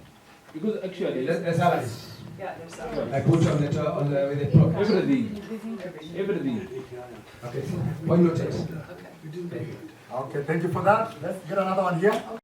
Now, I'm asking, do you have any specific time, like, do you advise your customers when to cry the mountain? Is it in January, February, or December? Then, do you have an age limit? Because I can now say, I'm coming to cry for the mountain in January. Can I carry my kids? Now, let's go and do the crying. Okay, thank you. That's a good question. One starts from mid-December to mid-March. The next season starts from mid-June to mid-September. You can see why. It's because this time it's not a rainy season. But you see from mid-March to mid-June, it's the rainy season. And then from mid-September, October, November, again, it's the rainy season. So, doesn't mean that you cannot go to the mountain during the rainy season. You can, but there are challenges more, there are more challenges than when you do during the dry season. So the best time for you, or the best time that I can encourage people to do, is from mid-December to mid-March. And again from mid-June to mid-September. That would be the best time. About age, there's no age limit. Those who read in the newspaper, I think there's a guy who climbed Mount Kenya and now he's, is it 100? 94 years. Yeah, he's 94 years. Again, I myself, I have taken a kid to the summit for Lenana, 7 years. And actually, when I took this kid, it was during the low season, the wet season. It was very, very harsh weather, with a lot of snow and everything. But the thing is, this kid lives near Abadias, and he goes to the Satima with his father regularly, from when she was very young. So when I went to her the mountain, she was very good. She even did better than even the other people. And she was 7 years. So there's no limit of age. What matters is your health. Yeah. It happens. Is there and something else about the revenue? That is about number 2. It's about the revenues. When I give you your mathematics, if you take 912 divided by 20,000, which is the average price that you're charging, that means in a year you're looking at 45 clients. I think that is too low. So I think it's something you need to include everything in your budget. To promote tourism, local and international. Maintain Kikuyu culture since we have the museum. To offer quality tour guide services, to promote youth empowerment programs through tour guide training and skill development. That's where we are just to reach this point, because young people are saying, hakuna job. The future. To prevent and maintain, to preserve and maintain Doboshe waterfalls and Mau Mau caves in the area of future generations and create employment to not do the part for youth. Sasa. Okay. But total income 390, expenses 350, net income 39,300, 600. Price we are charging our local people is 50 shillings. For non-local, 100. Museum, the same. Break even. 10 members, 10 customers each a day at 100 shillings.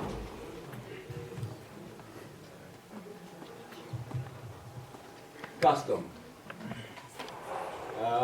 We are having a busy weekend. Are you having a busy weekend or weekdays? You want to come where you can relax, enjoy exceptional services? Please join us at Doboshe. Experience our beautiful sceneries. ask for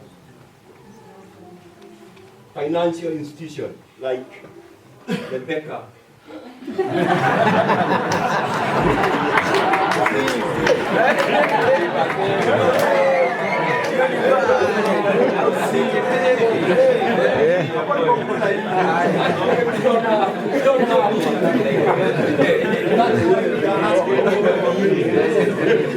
Come forward and assist us how this site, the future site. I think that is all we have. Wow,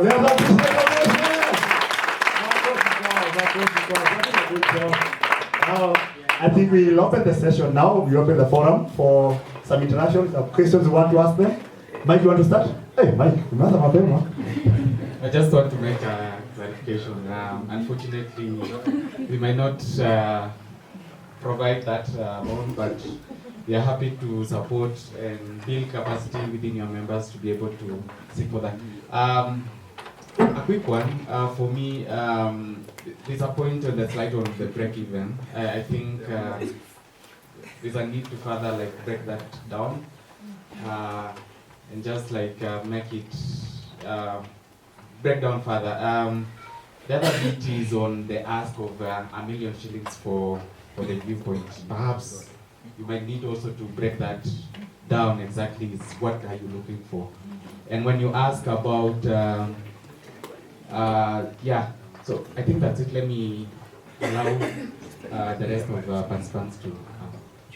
Okay, probably you might need to respond about the 1 million, probably just to give a small explanation on what the 1 million will entail, what you want to do with that 1 million, what that 1 million can do for you. So you can just explain to Mike and the participants. I think we will help you. Okay, let me pass the mic. Okay. Watengeneza zile, unajua kaa zile kuna tu tents zenye tourist everyone akikuja kutembea anaweza kaa akienjoy the waterfall, and also even the lighting cause kuko dark, kuna lighting in case events zinafanyika hadi usiku. I guess that's the point about viewpoints. Wow, I think there are so many. Okay, so let me start here. Then okay. My concern, there are two. Personally, I've never been to Dambushi. My department has been there. So I would be very excited to visit the place.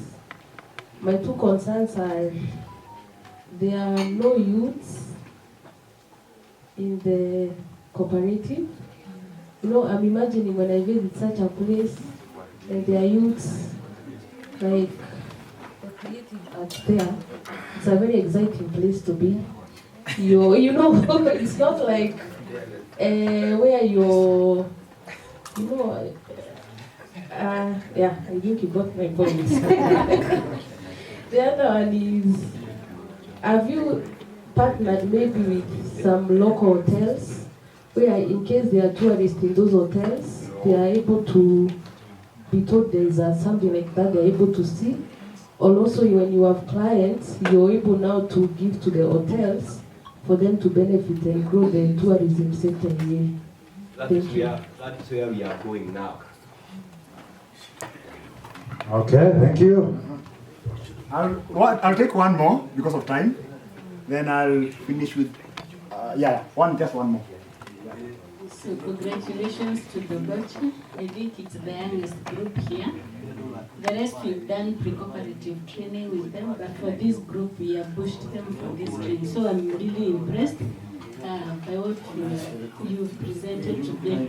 Maybe your area of focus should be on strengthening your institution. You strengthen your cooperative first before you start now doing the hardware. Let's do the software before we start doing hizo mijengo. We know it's the role of the county to do some of these things and all that. So we focus on what the county cannot give you. Maybe something else. We were to do a hike with Rebecca for my birthday, but now that that is not happening, I promise to come. Na Karen utakuwa na mimi on that day. So for my birthday mtayarisha kitu mzuri. Probably when is the birthday? And why are we not being invited? Why is this birthday for only two? So I'm taking the last question, and then Congratulations, Russia. You are doing a good work. I'm so much impressed by the way you have picked it up, and the way you are going. I know you are going very far. So it is my request to the group of Proportion. You want more packages in your, apart from the Ndoboshe itself, the waterfalls, and I know we as a country, we are really trying to assist the Ndoboshe group as possible. So if it is possible, at the Ndoboshe, you can include the cultural village, where you have the museum. You can add also the cultural village. Then from there, you can also hand hospitality services. Where you see where you start climbing down, you can have something there for the people. Saida wamekuja hapo, they should not go hungry, ama waende bila kitu ya kukunywa. So that one will be a very good thing. Most welcome. Thank you. I will not come back here. I wish you well and a happy Christmas. Wow, we're at the same level. So let's give a round of applause to the next presenter from Very Food Water Cooperative.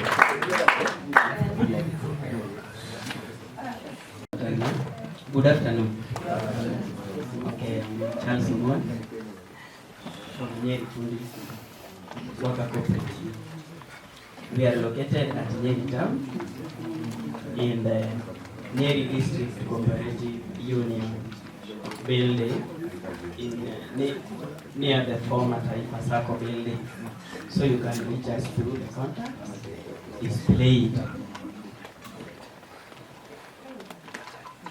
Okay, our services, we offer high quality construction services,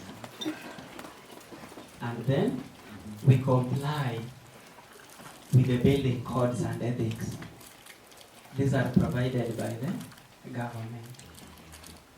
And then we also have the excellent finishing experience. After building the house, you can have a wrong finishing, maybe in roofing or in ceiling. You can have a situation whereby it is not all that which pleases the client. So there we have the expert in each and every category, whereby he or she comes in when that portion is, because in building and construction it is per stages. So kama ni wakati wa mitaro, there are those who are to do it, and there is inspection. And then we have also competitive bidding prices, whereby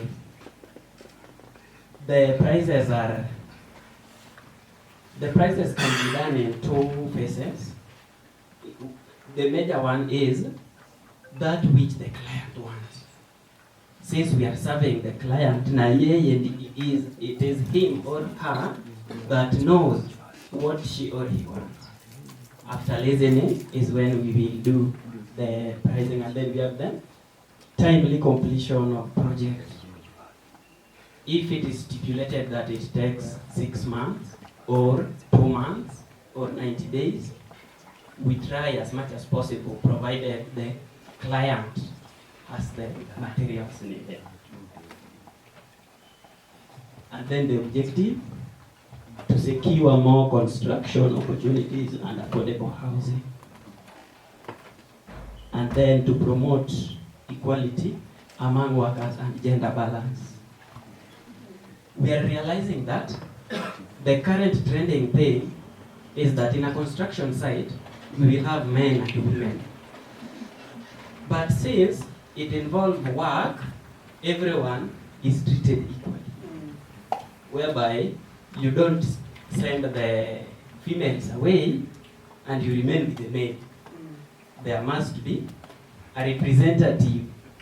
Kama work ni kidogo, you need to take at least 2 or 3. But kama ni kubwa, you take the highest number possible, not forgetting the wages, because you will be paying them. And then to promote democratic work environment. That is where my equity comes in. And then our vision to explore the world of construction and diversify opportunities in the construction industry and make it a countrywide worker cooperative. We want to, after being in Nyeri, we will be exploring other parts. We put the offices or the branch offices, whereby we can be contacted there and we do the work.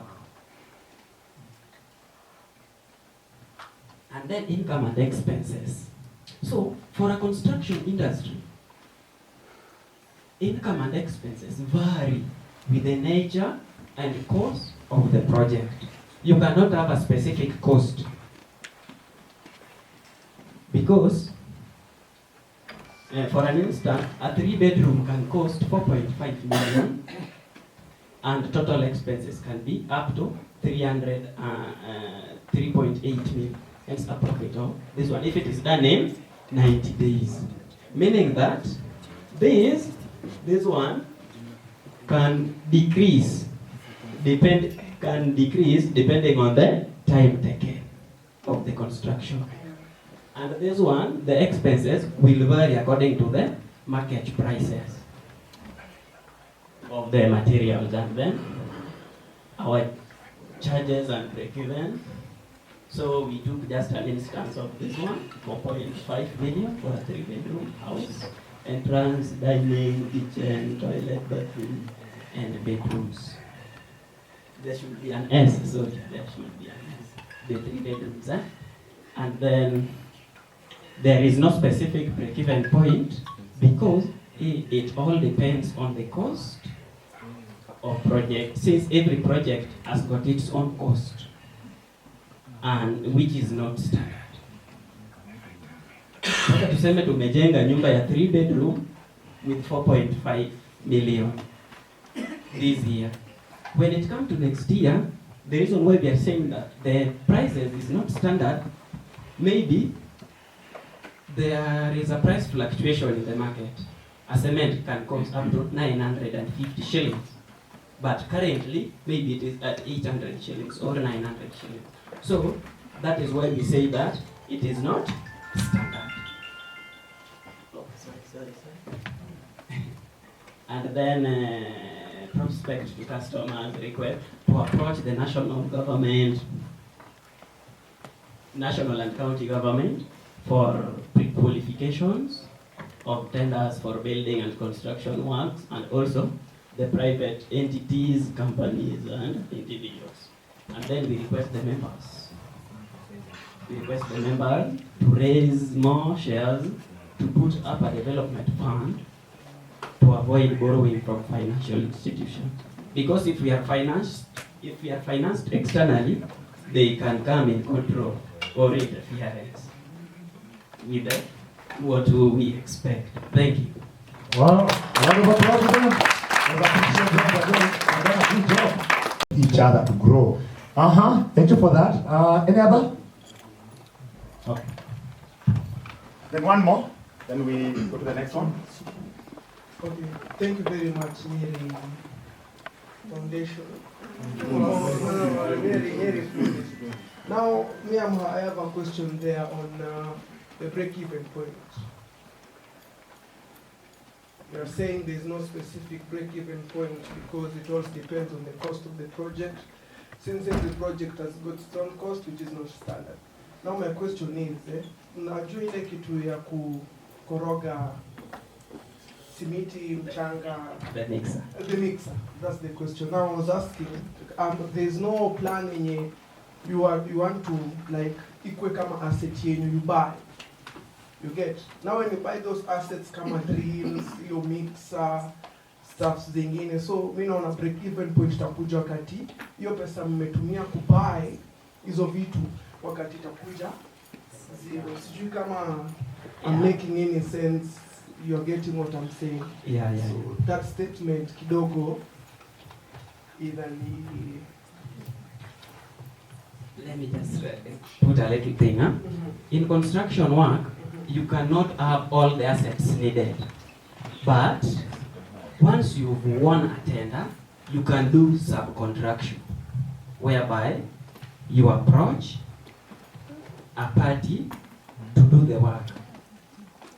You can do subcontract. Yeah. Which if you estimate the value and then you consider what you will remain with, unaona, you see that if I subcontract it, it will be much beneficial than if I do it by myself.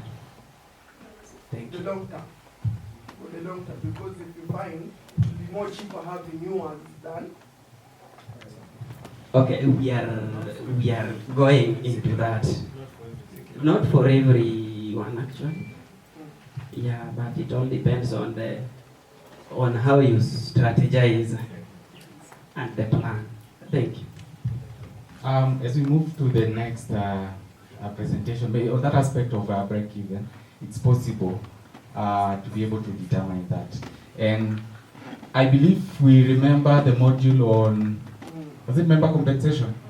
Sindio? Where to determine the break-even was at the point where? Bado tunakumbuka? It's a point at which? What is equal to cost? Where revenue is equal to cost. So basically, for construction, for such a business, it's possible to determine the break-even by looking at those different parameters, whereby you find that you are at a point where you're what? Kwani tumesahau? Where the revenue will meet the cost. Yeah, but just to emphasize that it's possible for a business, for construction worker cooperative to determine your break-even. And further to that, you need also in the strategy to establish how long it will take you to break even. Yeah, thank you. Thank you. Okay, so some remarks? Some closing remarks? Okay, since we are based in Nyeri, and I see the county is also represented, and we have the request that we made, so we can collaborate, or we can come together where the tender is, and then we seek it, or we capture it, and then we make our cooperative group. To any that want to bid, we are the best to contact. Wow, and we give that contract. Yeah, so then we go to the next group, Royal Arts. Let's appreciate them. So you have 5 minutes. There you go. Good morning. It's already afternoon. Wow. Okay, good afternoon. So I'm here to represent the Royal Art Cooperative, and it's a co-op of the creatives. That's why we have the name Art there. So it's consisting of 10 members, which are filmmakers, performing artists, and also visual artists. Visual artists in Wale Wakchora, including myself. So our location is in Nyeri Town, Kenya. That is, we have just founded in 2024.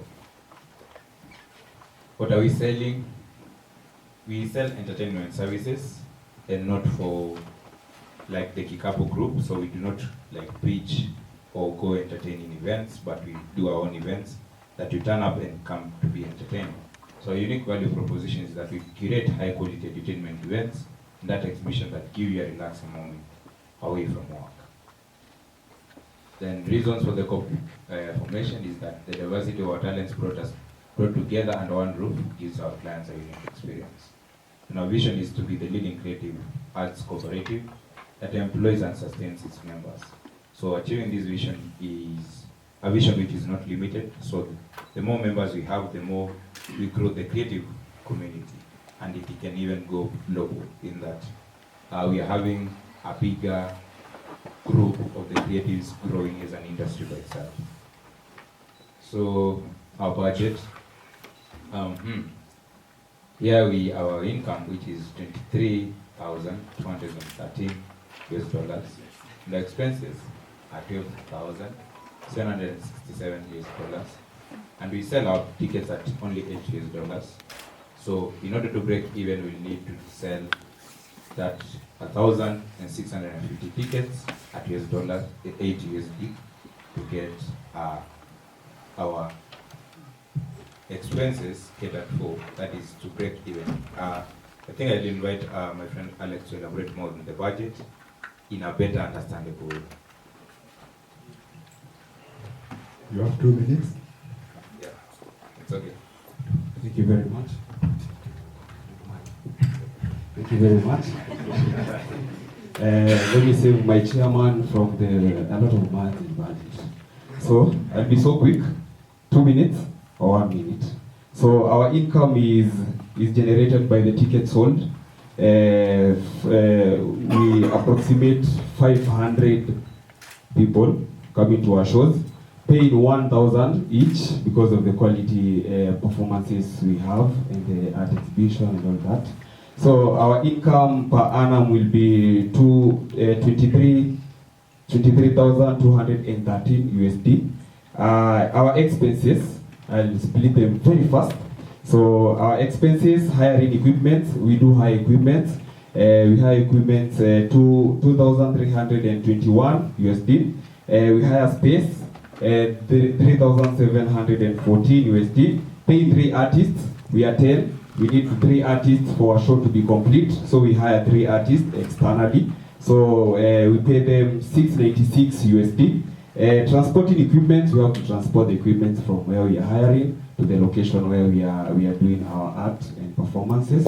So transport is 464 USD.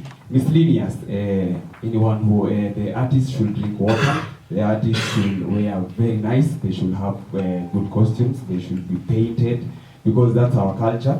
And maybe food and such, and transport. It's we use 232 USD. Marketing, we have to market thoroughly, since we need 500 people to come to our show. So we have to really market the show. So 4,642 USD. Licenses, we have to have licenses to use external music and such in our business. So 686 USD. Total is 12,767 USD. So we are so glad, and I want to invite all of you to come and pay these tickets. Thank you so much, Alex. So to finish up, we have our customers. Are you looking for an artistic experience full of bliss, laughter? Check us out on our social media handles. That is at Royal Art for updates on our events. So all the photos that you see on the slides are just a sample of what we did as a group without forming the cooperative. That is what led to us now thinking of a COP. So you can see there's pure bliss, like unaona watu wana record bwana.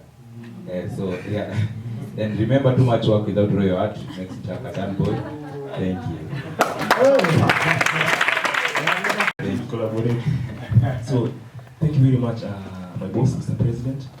I really appreciate you doing a wonderful presentation. Please, thank you, sir. So basically, you guys are really doing a good job, and I really commend you guys. But hapo kwa USD, mimi niko na shilingi, niko na Kenya shillings. Kindly kama unaweza ndio iweka Kenya shillings, nikuja hapo sitakuja na dola. Nitakuja na Kenya shillings, that's one.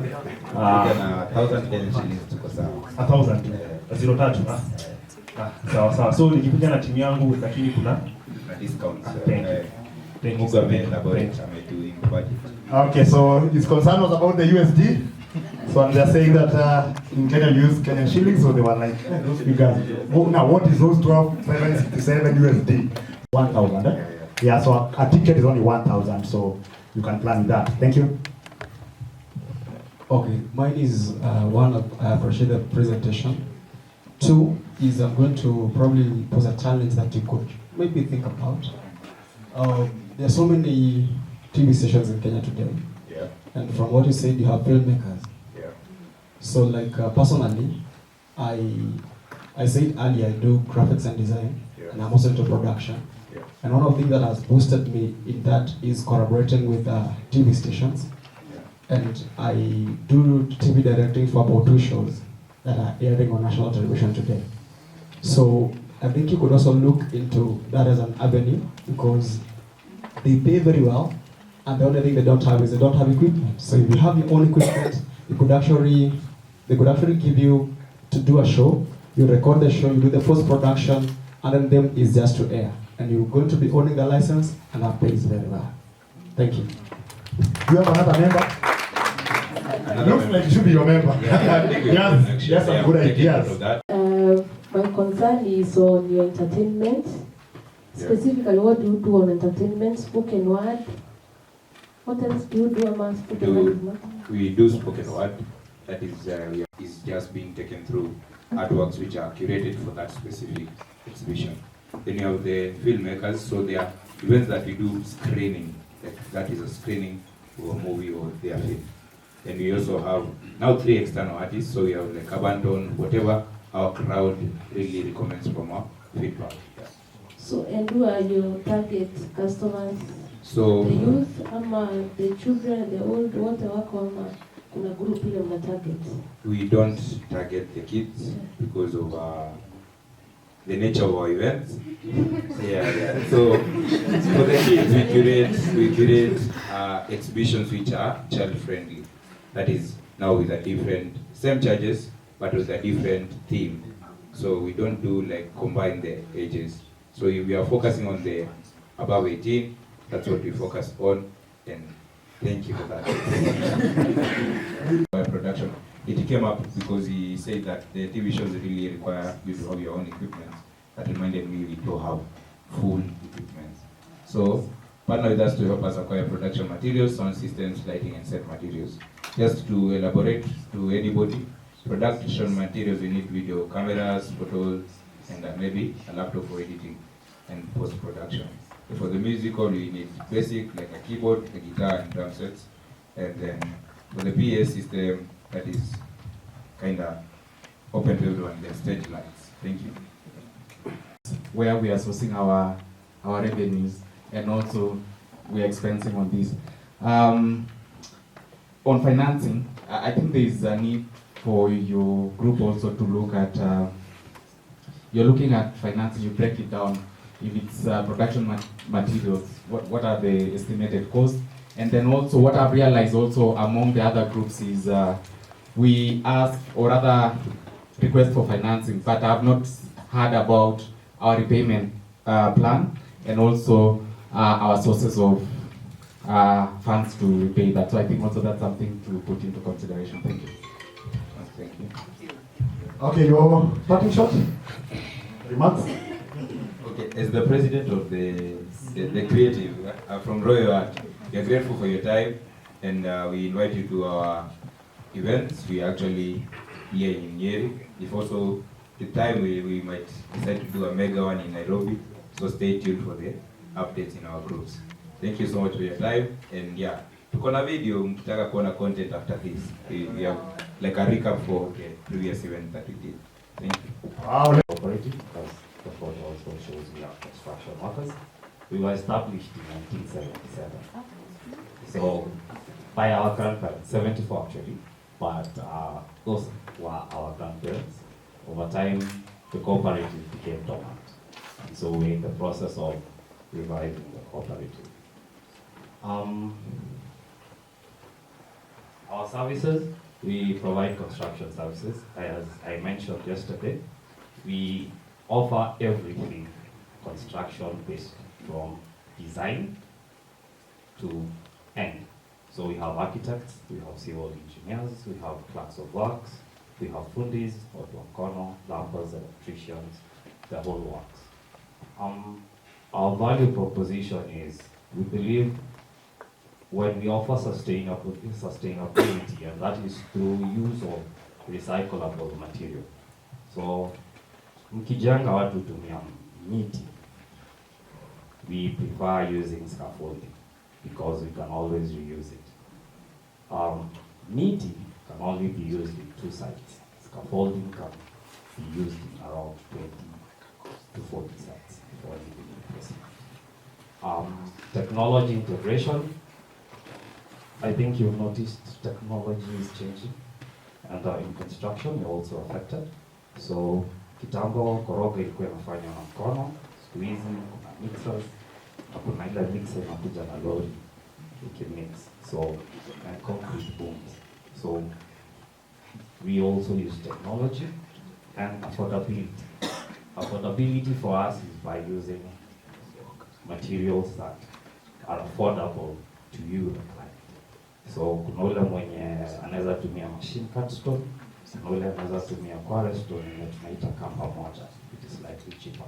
So that is our value proposition. We work with the materials that you're able to provide.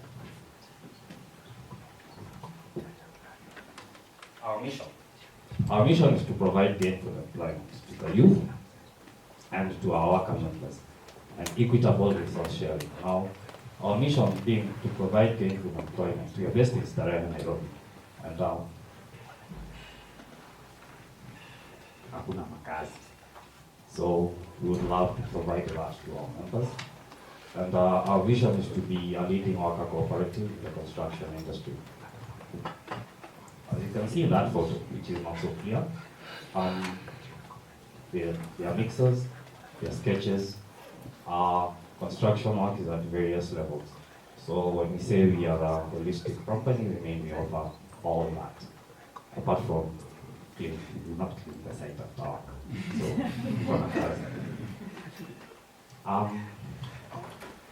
we gave a budget for one project because we cannot encompass everything. We chose one project, and this was building classrooms. The average cost of building a classroom is around 1,030,000. So that is the average cost.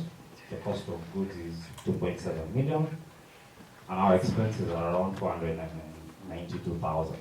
The 492 is from tendering. It is also from office expenses, generally. They tend to be a little bit high. We have to be competitive bidders. Hatuwezi patiwa kazi ya kujenga darasa just because we say we are construction workers. So we have to competitively price our products. And if we only do 2 projects in a year, we've broken even. We only 30 weeks. So if you gave us 50 projects as starting members, we'll be a bit strained. So 2 projects for us. Now for our customer needs, rarely do we have to pitch to our clients the way I'm pitching right now. This in order to tandika karatasi, we shall use a QS for that. And that is how we get our work. But today we are pitching. So we have an opportunity to tell you what we do. We use our professionalism. Amongst us here, we have QSs. We have an accountant with us who does our accounts. We also use our previous history. So if you're building a house and you want a 3-bedroom house, you already have a rough estimate of how much it would cost, just as Mary Fund is stated. We also would love to collaborate with other worker cooperatives for additional value. For example, we would love to work with Mary Fundis and Alpha Bread. Now, financing institutions. If you gave us loans, low interest loans, and favorable terms, tukulipe tukimaliza kazi, si tukifanya kazi, we would actually enjoy it, and would also be happy if we could get a grant, so that we can buy an automatic block making machine. A block making machine makes hollow blocks, concrete pavers, and with that we can hire youth workers. That is one way of encouraging more members and women into our group as a team. Wow, very impressive of it as compared to the funding. Thank you. Gender inclusion. Wananchi cooperative workers. Thank you. I'm an accountant. Thank you. cooperative business model is giving a context of the building and construction sector, whereby when you look at the lower cadre, it's informal, and using this particular model to formalize the informal sector. And then also, I also took note of request for financing. Specifically, you talked about getting a machine to make the hollow blocks. I think also, in addition to that, that would reduce perhaps the cost of acquisition of building materials, hence ensuring that you're able to maximize on the returns to the cooperative. Now that trickles down to your members. 2 projects to break even. I'm not sure whether that the practicability of that, not unless it's a huge project. Perhaps also you could consider to further specify that you're looking at a project worth this amount, so that it become practical, that I believe you understand. Basically the nature and how much the worth of that particular project. There's also the aspect of, you can also think around the value proposition, in that what would make a client to come to Mwananchi Construction and not directly get to the informal fundies that they have been looking at. You can talk about guarantee quality workmanship, whereby as a cooperative, there's, you can guarantee the quality workmanship. There's also the aspect of coming together as construction workers. You could be able to support and grow your members, in that you would find that some of your members could be skilled, but they do not have certification. So you could approach institutions like NITA, who could be able to do that.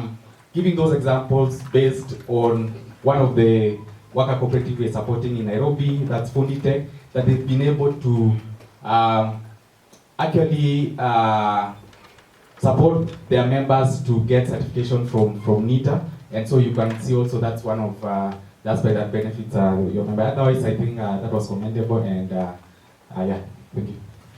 Okay, thank you, Mike. So let's appreciate them. Yeah, so your remarks, sorry, your remarks.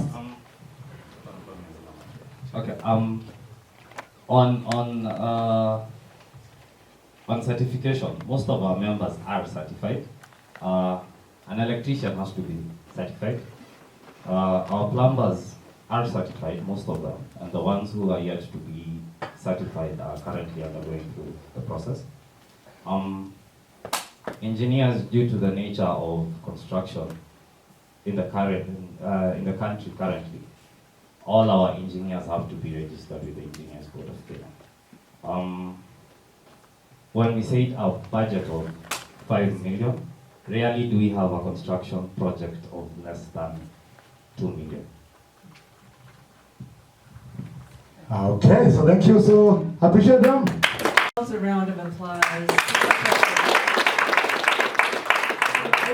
I really want to say I appreciate all the effort that you put into these presentations, especially the break-even and the financial part. I know you didn't have a lot of time, but you did your best to put together some information and worked on it. So I really encourage you to keep at that. I think there's more opportunity with the cooperative officers to support you in looking at your startup budget, at least your projections for a year or two, and where does break even really happen. So there's more time to put into that, but that was a really good start. I also really appreciate your support of each other yesterday afternoon, right, in putting together the slides, in making them look interesting, beautiful. I think that goes a long way when you're making a presentation, that it looks so professional, if you will. It looks like there's care that you put into it, and I just really want to call out the ways in which you supported each other to put those together. Let's see, my hope is that you continue to use these slides, that it wasn't just a homework activity, but that it'll help you as you're going out in the community or going to financial institutions, that you have a way to use these. And please put your contact information at the end so that people know how to reach you. But I hope that they are useful to you in putting together your thoughts, but also useful for you in the future. So thanks, everybody. Thank you, Rebecca. Thank you for taking up the attention. We really appreciate. I know we learn from one another, and that's why we say we are here to learn. We know what is expected of us, so that when we go back now, we can make that presentation better. Is that true? Yeah. So and we can work on that. So I'll dive next to, or rather just next to the other item after this. So and it's just I want us to do a small evaluation. Yes, so I want us to go do some evaluation. And in this case, we are evaluating the 12. How many modules have we covered so far? 12. Okay. Which was the first module? Yeah, let's go. Which was the first module? Now, module is graduation. So if you don't know those modules, I don't know whether you'll be satisfied. Worker cooperative definition. So what was the first module? Worker cooperative definition. Worker cooperative definition. The second one was what? Introduction to model canvas. The third module was gender inclusion. So what did we cover on Monday as the fourth module? Democratic workplace. Democratic? The next one was? The role of management. Member rights and responsibilities. Then after that? Effective decision making. Effective decision making. That is what we did on Monday. So on Tuesday? Member compensation. Member compensation. Then in the afternoon? Financial management in action. Financial management in action. Then on Wednesday? Effective meeting facilitation. Effective meeting facilitation. Then in the afternoon? Communication for what? For managing? Remember what we've done today. So we've covered how many topics? How many modules? 12 modules. Now, I want to share a link that will direct us now to do the evaluation. Then once we open that link, then I'll be able to guide you through how to go about it. Yes, so I've shared that link on your WhatsApp. So I don't want to urge each and every one of us. This is individual, so everybody has to evaluate.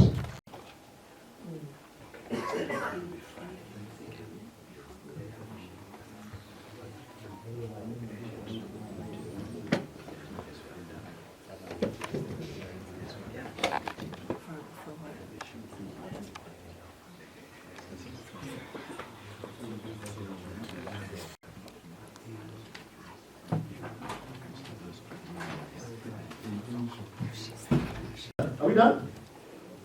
The silence means we are still there. We just have to pole pole. Usikuwe na haraka. Usikuwe na haraka. Tujazie pole pole tu.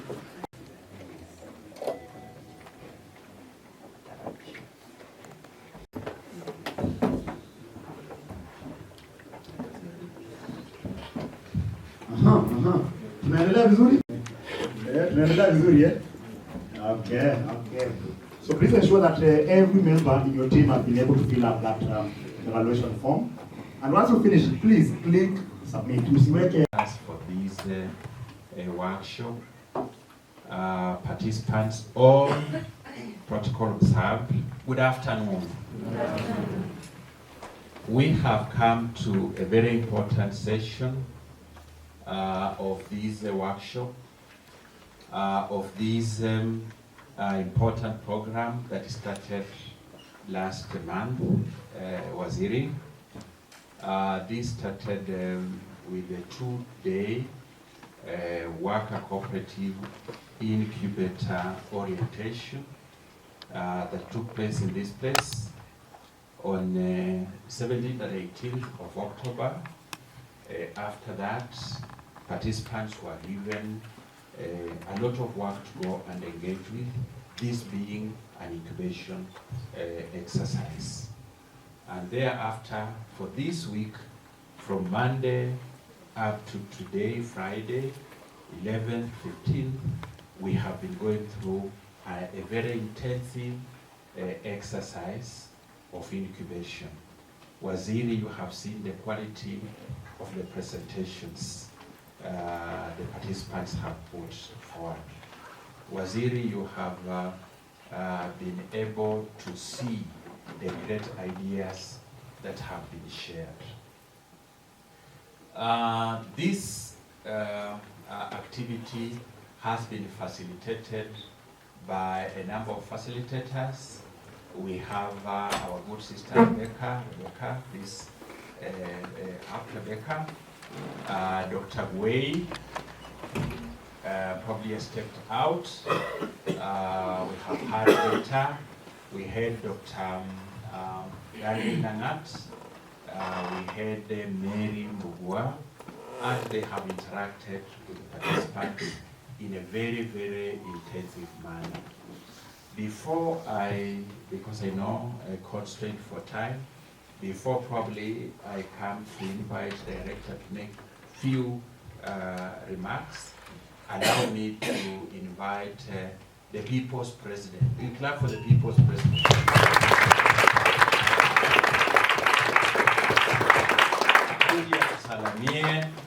Asalamie watu wake na aseme neno moja. Your politicians, when they get hold of a microphone, but this one is a different one. So the testimony is true. I'm a different one. Yeah, I'll be very brief. My name is Victor Mwendo. I'm so honored to be a president for the FAC. We have done, I think it's 5 days. I've only served for 5 days. And this is the last day that you're serving in my cabinet. It has been awesome. Yeah, we have been having different people. I will just request the cabinet to stand up so that I can just put my pen there. That's my airtime that I'm using. So yeah, you can see it's like we're having a representative from every cooperative, having, yeah, I think tunasema tu jina post yako. My name is Gatimu Washira, CS Information. My name is Duncan Ngwano, Deputy President. Charles Washira, Discipline. Mugo, Timekeeper. Charity Muraga, Spiritual Leader.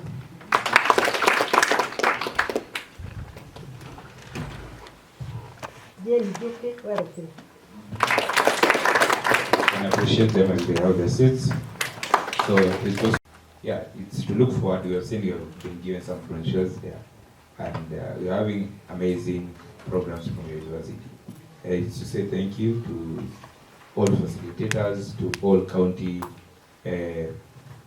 coordinators who are here, and also for our visitors from Nairobi.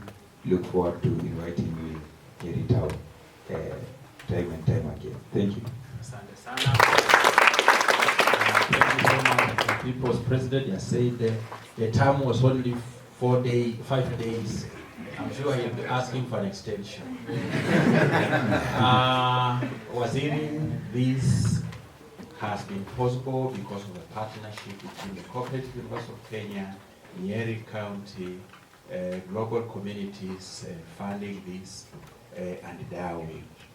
I just want to ask that the representatives of this can just come and say jambo. Then Mike has interacted with us very intensively. He will have to make some few comments. Please, Rebecca, please come over. Come over. Let us clap for Rebecca. A lot of energy, a lot of interest and enthusiasm for whatever she does. Clap for her again. Just a couple of words here. Thank you, Professor Voka. The partnerships here have just been truly amazing, right? With Cooperative University of Kenya, with the County of Nyeri, with global communities, with all the faculty that have worked on this project. I'm really honored to be a part of this. I think it's an exceptional collaboration, and I hope it can continue for sure. This is the first incubator for worker cooperative businesses in Kenya.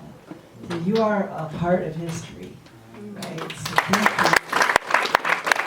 Thank you for bringing your energy, your enthusiasm, your commitment. I saw so much of it throughout the week. Several nights you stayed later. We had closed it down and you were still here, talking with each other, working with each other, supporting each other. So your commitment is amazing, and it makes me feel like there is no doubt that in 6 months, in May of next year, I'm going to hear how you have not only registered, you've launched, and you're doing really well. So I look forward to that, and I believe it will happen. So let's see, I want to put a challenge to the cooperative officers here to continue to support the cooperatives that are forming in the same way you have this week and even more. You've heard how they have begun to work on their business model canvas, their rights and responsibilities, their break-even point. There's more to be done, and I think ongoing support is what's really going to make the difference. So thank you for your commitment, again, to the county's commitment to be the first location for the incubator, but also for all of you for getting your hands into the worker cooperatives here and helping them succeed. So that's all I have to say for now. I'm available, I'm interested, and again, I hope to hear more about your success in the coming months. So thank you. Another clap for her. Did you say she remains? Did you say she's Wajiro or Wajiko? Clap for Wajiko. And now I invite Mike. Mike, you have been pivotal in bringing this far. Please say some words for the people. Thank you. Waziri Diana, Professor Waweru, DVC, Academic Cooperative Development Research and Innovation, Professor Boka, Director, faculty members, fellow cooperators. Good afternoon. Good afternoon. Mine is to express my sincere gratitude for, I think now 7 days combined from the first part and the second part for the collaboration. It's one thing to have an idea, and the other thing to invite stakeholders and be able to be part of this activity. And so, as global communities, we want to express our sincere gratitude and just an assurance that this is just but the beginning of many things, good things that are coming, the worker cooperative development within Nyeri County. And also to note that, Waziri, we heeded to your call that you requested us when we were having the training at the university, the cooperative university, that we consider Nyeri to host the pilot worker cooperative incubator. And so it has come to fruition. And so we believe that the lessons we've picked from Nyeri will be able to replicate in different regions as we also roll out this type of work across Kenya. And also to appreciate the collaboration we've had with the Cooperative University of Kenya. We could not have done this without Cooperative University of Kenya being a partner and a training institution for quality cooperative education. And so mine is just to say thank you, asanteni sana, and receive greetings from my colleagues, the team we've been working together. I know I've been interacting with you mostly, but there's a bigger team behind, and so receive greetings from them. Otherwise, asanteni sana na Mungu awabariki. Thank you. Please take our appreciations back to global communities. We value the cooperation, the collaboration we have had over the last 4 years, and we look forward for even more of this. Definitely working together, we are making a big difference. You can be sure the persons who have here, whom we have interacted with, their mindset, how they look at things is completely different. And they are able to see very clearly how much they can be able to achieve through this model. I listen to people in health, and I just say, look at this. They can fill a gap in the health sector. There is a shisha, those kind of issues, and the troubles associated with it, and they can take advantage of the gap there is, because if you go to hospital now, you are likely to get a situation whereby the people you are interacting with, they are indifferent to your troubles. And this, you come to it, you are the owners. So the attitude you come with in the service will be completely different, and people will come looking out for you to fill the gap, as I have said.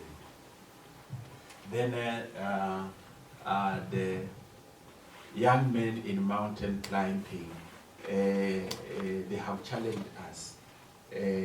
People with the various challenges have been able to do that.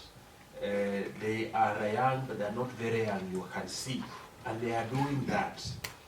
So we have been invited to partake of the services. All these people are giving. Professor in Nairobi, we have people who are going to do for us cleaning, you have seen. And they are clean themselves. So when they are saying cleaning, you look at them and say, for sure, this can do it very well. My good sister, born Waziri, we have been invited to go up the mountain. The only thing that I am doubtful, there is a shoe that will fit Waziri. Now, yes. There's a shoe that can fit Waziri. So thank you for assuring us that way. Now, may I invite our good brother, director, Deuri is so enthusiastic about his work and our engagement. He says hi, makes some remarks, and then we will proceed from there. Thank you, Prof. Our CEC, the DVC, our participants and representatives from global communities, DAWI and CUK, good afternoon. Waziri, we are happy to have the participants from our registered potential cooperatives, but we also requested some of our officers to attend so that they can understand and it will be easier for us to be able to support these cooperatives. Therefore, allow me to start by acknowledging the people from the city who are governing the cooperatives from that end. Maybe Nairobi team, kindly, will be outstanding.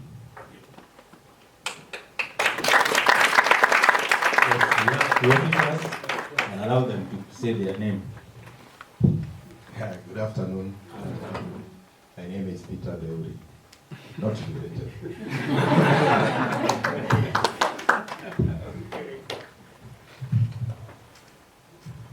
Thank you. I will try to observe our facilitators, our dear water cooperatives.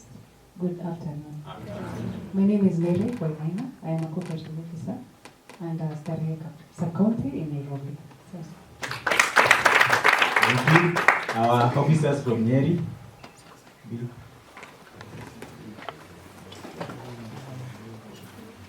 Yes, they can also form our cooperative. Fanny, our cultural officer.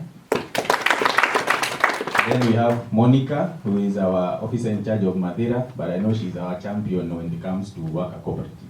So what I want you until you are able to start on your own. And as I said the other time, we are very happy that this was done even before some of you can be registered, so that you'll understand what a worker cooperative is. And even as you start, it will help you to be able to do it faster. I'm sure if we had done that for Mount Kenya Cribers, maybe by this time it would be a bit further than where you are. And for those that are not yet registered, tafadhali, kindly make sure that after this we may have a work plan for you, so that you'll be sure by when we need to be registered. If you can be able to do this before the end of the year, then you start 2025 as a worker cooperative, isn't it? And I'm happy what CAP you are doing. It shows you are already transformed that you could even be able to brand yourself as a Cup cooperative within that short period of time. So that shows that you are proud of being a cooperative and you can be able to let everyone know. And therefore we are urging all of you, as you go out there, be our ambassadors, go and tell your members what our cooperative is, let everyone understand so that it will be easier for us to be able to bring so many people on board because we've been able to see the benefit we can get from this. And on behalf of all cooperative officers and other officers, we again assure you that we'll be able to be there to support you along the way. For those that are not yet registered, for us in Nyeri, we don't require much. We'll be able to guide you in formulating the bylaws, we guide you the process of registration, and sometimes we do it as a cost on the county government so that we can be able to support you. Therefore, the only charge that you'll be able to pay is the 3,700 that is paid to the national government. The rest will be able to help you and wait for you, including capacity building.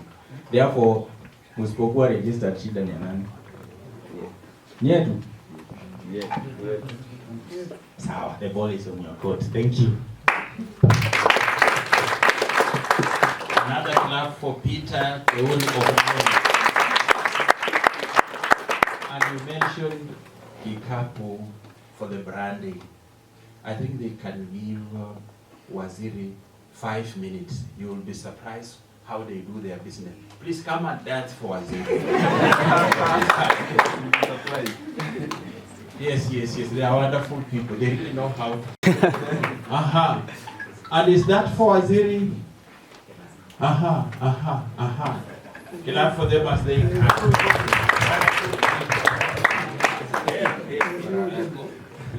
So we're going to Gushia Kenanga. If for those who don't know Kikuyu, you will just sing along, right? We have our mom here. We're going to Gushia Kenanga for Waziri. And then when we are Gushia Kenanga, Waziri has to also do it, you know. We can also help, you know. You don't need to get someone, a partner there who can Gushia Kenanga with. When you say go down, you go down, just like that, right? So mom, karibu sana.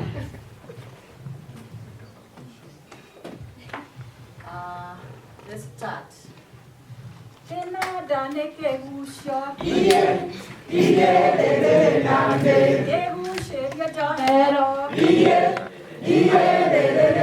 Stop the performance because you're not cooperating. And we are all cooperators. Can we all stand up? Can we all stand up and do this? Thank you very much. Cooperate.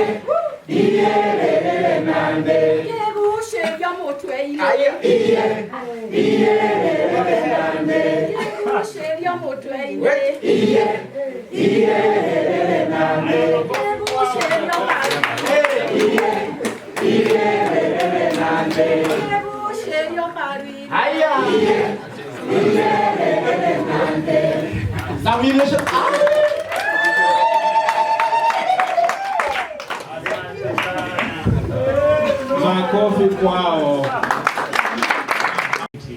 That we engage in. Now, allow me to invite Professor Ken Waweru, DVC, Deputy Vice Chancellor. After he will invite the CEC, Waziri, to make remarks. We will issue the certificates, and thereafter Waziri will declare this session having come to an end. So let us clap for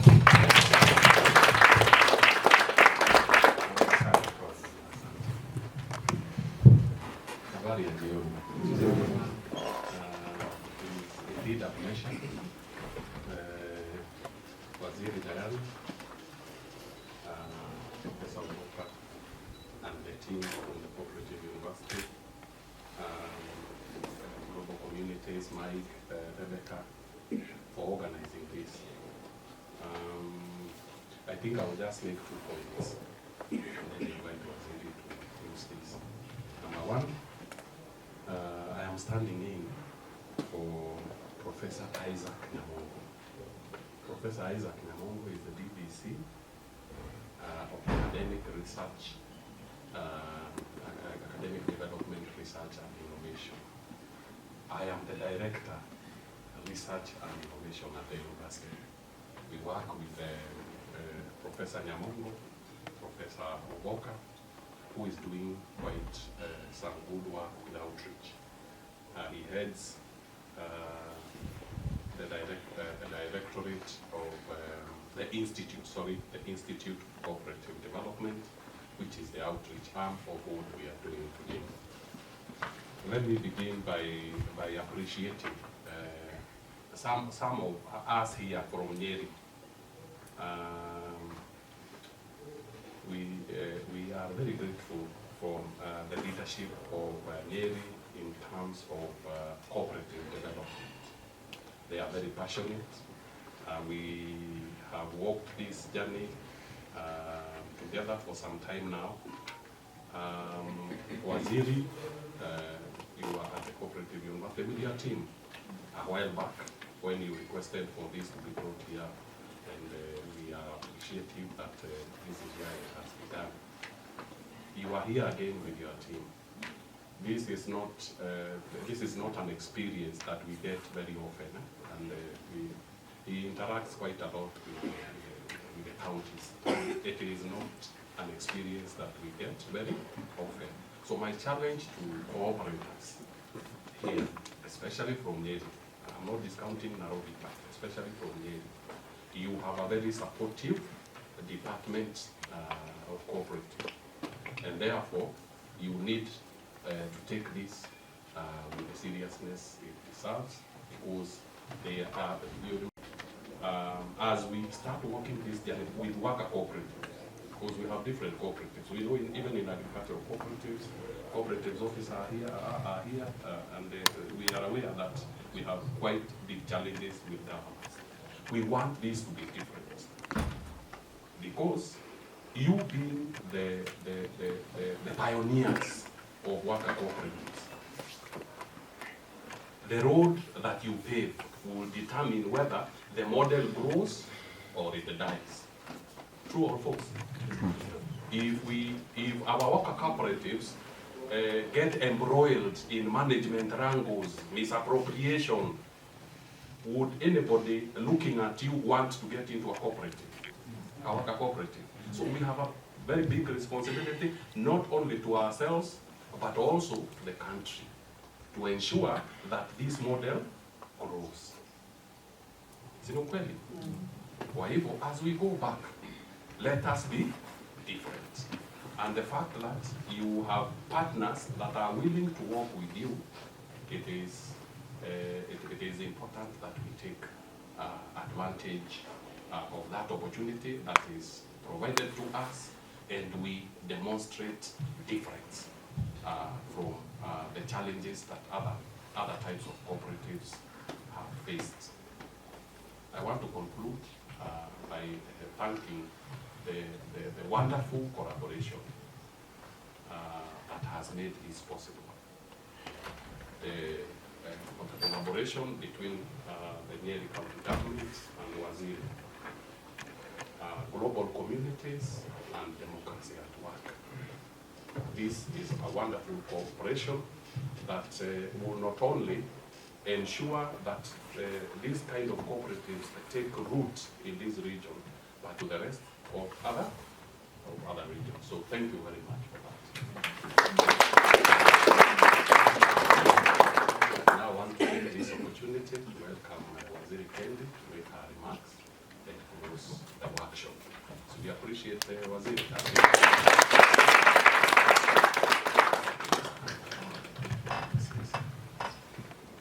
Thank you so much, Prof. Your Excellency, the President, President of the Workers' Party of Kenya. our partners, Rebecca Wanjiko,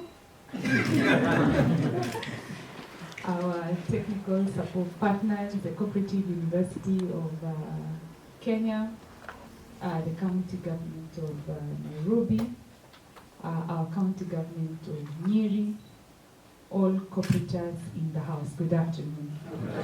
God is good. And all the time. Indeed, to me, this is a very blessed day. And sometimes when I look at, I was just telling Mike when we were talking, sometimes when you work in government for a long time, it's easy to get frustrated by a lot of things that happen. But forums like this remind me why I do what I do.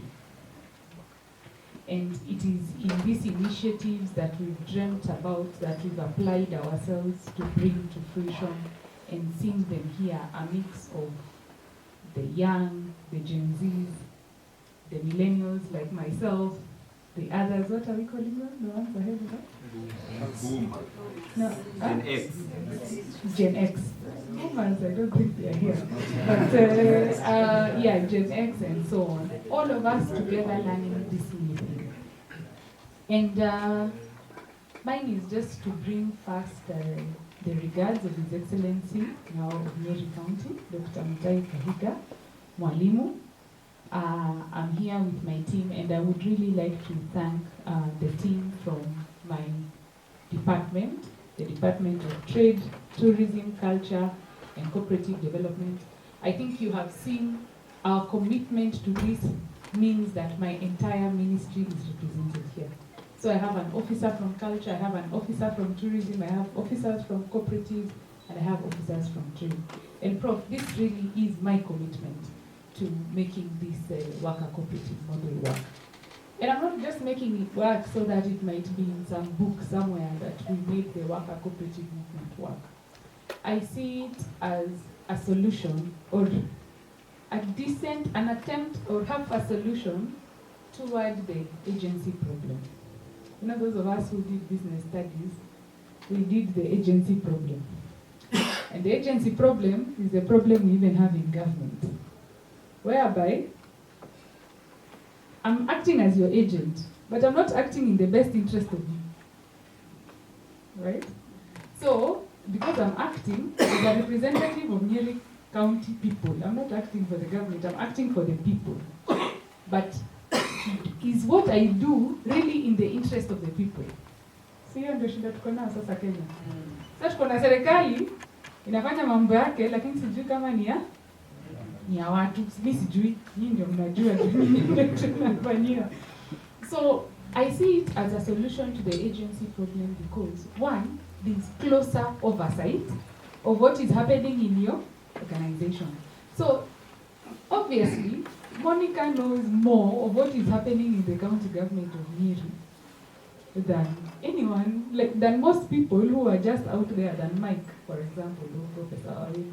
And because there is that close oversight and interaction and work of what she's doing, chances are that the mischief might not be as much, considering she has enough voice. Remember now there is also, we said in cooperatives all members are, we are equal, single. So if we are equal, it means that imagine if she was equal to the governor, or she was equal to President Ruto. Maybe things wouldn't be going the way they are, right? Imagine if you are equal to President Ruto. I don't know if things would be going the same way that they are. So mine is to see this really as a solution to that agency problem, which we are also dealing with in cooperatives. A lot of times people just grow their coffee in their shambas and bring it to the cooperative and hope that that manager will tell them how much they are going to be paid. And then the manager comes up with another rate, you wonder to yourself. But he tells you, oh, this is what we negotiated, these were the costs, these were the workers that we've employed, and you really have no way of knowing whether what this manager is telling you is true or not. You know, Prof, we can train for very many things, but I'm still asking myself, how do we train for morality? How do we train for morality? If I look at it, you know, even in Nyeri now we are trying to implement a law against noise pollution. And some of the noise polluters are churches and mosques and all these people. They are preaching to us everywhere. But when you look at those people who are preaching and those who are being preached to and the things they are doing, as Yambatani, I don't know if I'm the only one who sees that, but it is something for us to think about. Because as a country, we've come to a place, especially a place like ourselves here in Nyeri, and I know it's the case in Nairobi. Our education levels are high, our understanding is high, our everything is good. But that morality, ndio inatusumbua. And I don't know what you are going to do about it. That is just something for us to really think about. I've been contemplating, and I'm very happy to see the different types of worker cooperatives that we have represented here today. When we started this model with global community, even we ourselves didn't understand it. But I am one of those people who is excited by the things that you don't understand, because it means there is more opportunities out there, the things that you don't know. If you've not achieved a lot with what you already know and what you're already doing, it means probably your success is outside of the ring of what you already know and want to do. So we started our partnership with global communities, I think in 2018. And since then, we've had a wonderful partnership with them. And our regards and great appreciation to Olga, yourself, and the entire team at Global Communities. And our first challenge, I saw it, I said, let's do a worker cooperative for the non-traditional sectors. We didn't have a lot of, I don't think we even had a cooperative in tourism sector. And we went with Mount Kenya climbers and porters. And you guys, gentlemen, did not let me down. Makofi kwenyu.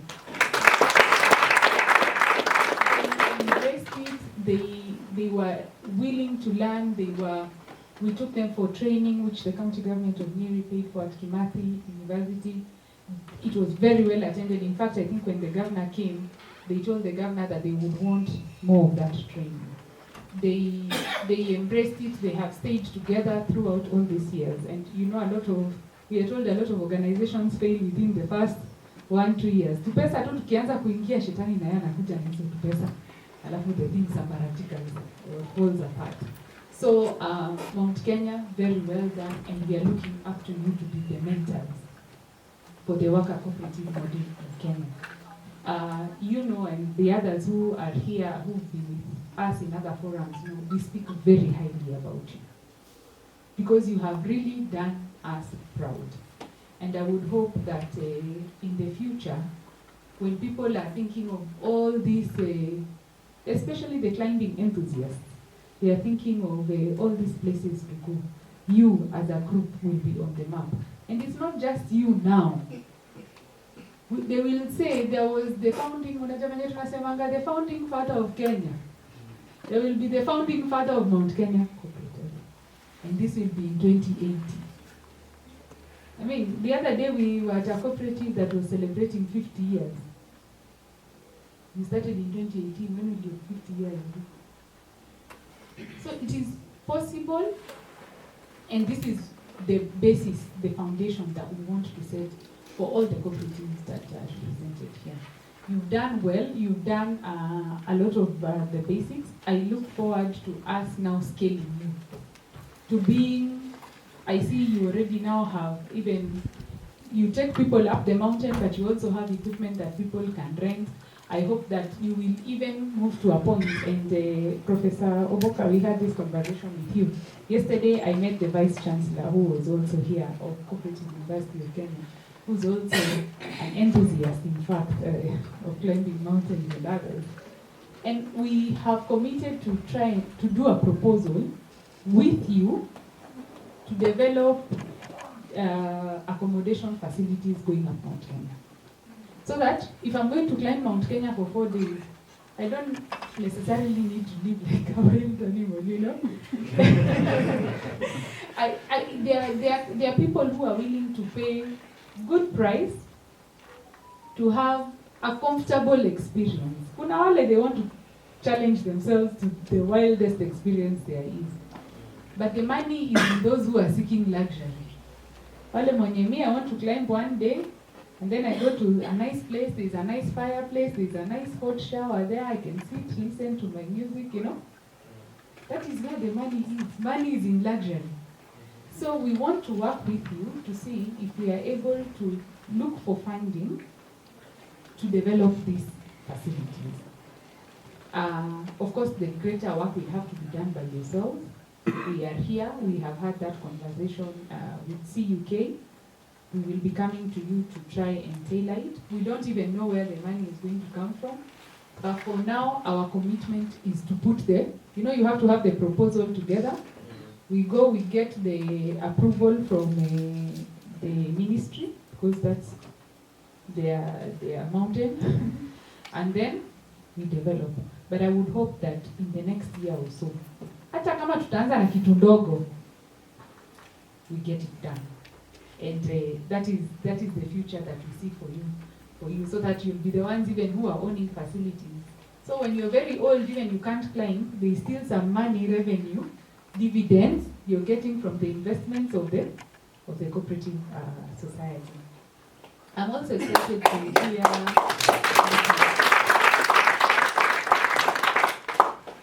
Thank you very much. I'm also excited to hear about the progress of the health cooperative. I was starting to get a bit nervous about this cooperative, but I have listened to the presentation and I'm extremely excited for you.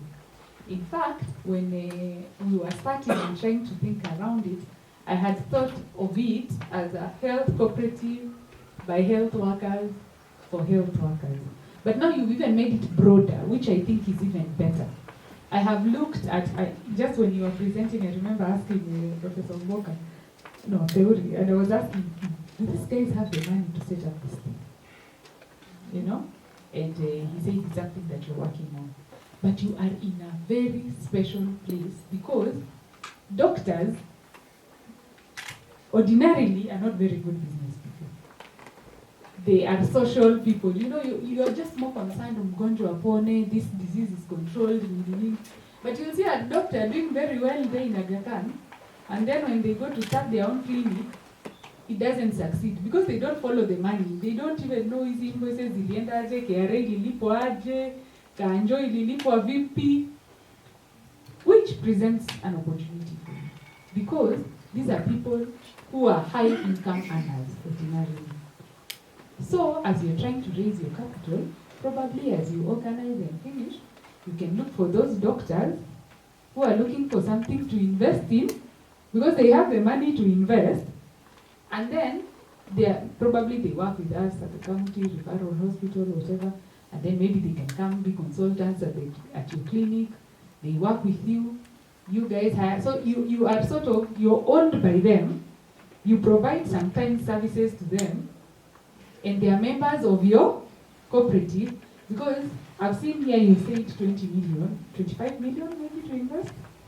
I would think for all the services you want to offer, it might be a lot more than that. So the question that we need to also continue asking ourselves, who is the money going to come from?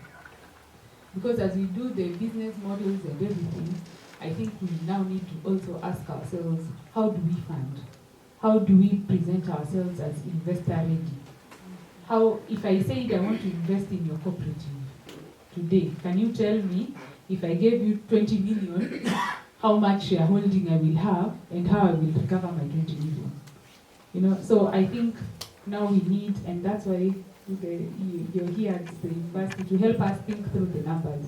As I said, we are technical people, we are workers, so we know how to climb mountains, we know how to treat people, but the money part, we still need a lot of capacity building so that in the end we are profitable business. It would be good to also see, can we set for ourselves the required rate of return on our investment? Are we able to set for ourselves and determine, for the work that I do in the cooperative as a doctor, how much should I earn? What is a reasonable amount of money to earn, and so on. I know one of the things that since most of us are going to be new cooperative, next week we are going to have a meeting at the Cooperative University of Kenya to see how they help us to develop the model the model policies. I think we already have a model bylaw, so that policies around, I have seen the things that are largely abused in cooperatives. HR. You just hire somebody because your relative or something, you're looking for them for something to do. And then in the end, a profitable business looks like it's not profitable, but it's because of how you're spending the money that you're earning. Because, so how do we have an optimal workforce? Or how do we compensate the workforce? Now we are a worker cooperative. We work there, we own the cooperative. How do we compensate ourselves to ensure that the cooperative is still profitable? Because I would hope that in the end, we are not creating the cooperatives just to provide some very basic income to ourselves, but we are trying to create wealth. Wealth that I saw one cooperative said they made all their payments and in the end they had a surplus. I think for 56,000, what was that? It was you guys. Very well done. Because now, mumejilipa na bado mko na surplus. So you have money maybe to decide to buy some new equipment. Maybe you have money to even pay dividends, some extra money to your workers, which then becomes a motivation also for people to be in the cooperative. So I think you guys are doing a fantastic job and you're on to something really, really good. Yeah. So for the policy, before I forget, for the policies, I think we need to find a way. I don't know if it has been discussed here. Was it discussed, Mike? The issue of the need to have the policies at cooperative level, not yet. Or you haven't. But I hope that, as we said, this is the first incubator for us. I hope this is the first, but not the last. So I hope when we are living here, you can tell us when we can expect to have the next one. And as we told you, Nyeri County, we are happy to have you here. Yes, yes. We are very happy to have you here. So hata mkisema hamna pesa ya kutununulia mandazi, hata mkisema tukae chini ya mti, bora ni mtufunze tu. We can create our own money. You know, as we are good at looking for our own money. We just want to be enabled. But Oitraino is nice, you know.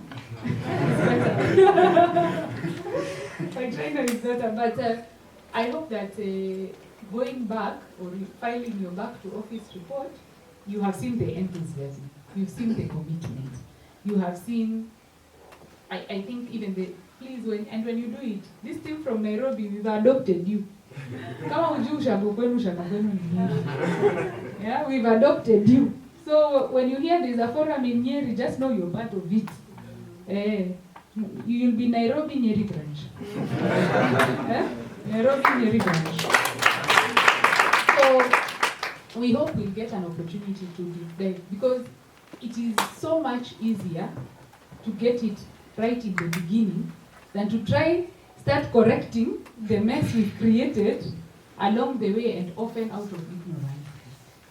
So I hope that we'll get to the point where we start to discuss the policies, the importance of the policies. The draft policies we can do. I think we can do basic draft policies. I think Theuri, you're taking note. So when we go to discuss with them, we can see what we are able to do. There is also, as I finish, you know, there has been a conversation for many years now around, we all know now in Kenya and a lot of the world actually, our biggest challenge is on economic development or poverty. And, you know, the government, I think the national government had come with the idea of one village, one product. And sort of it didn't quite take off.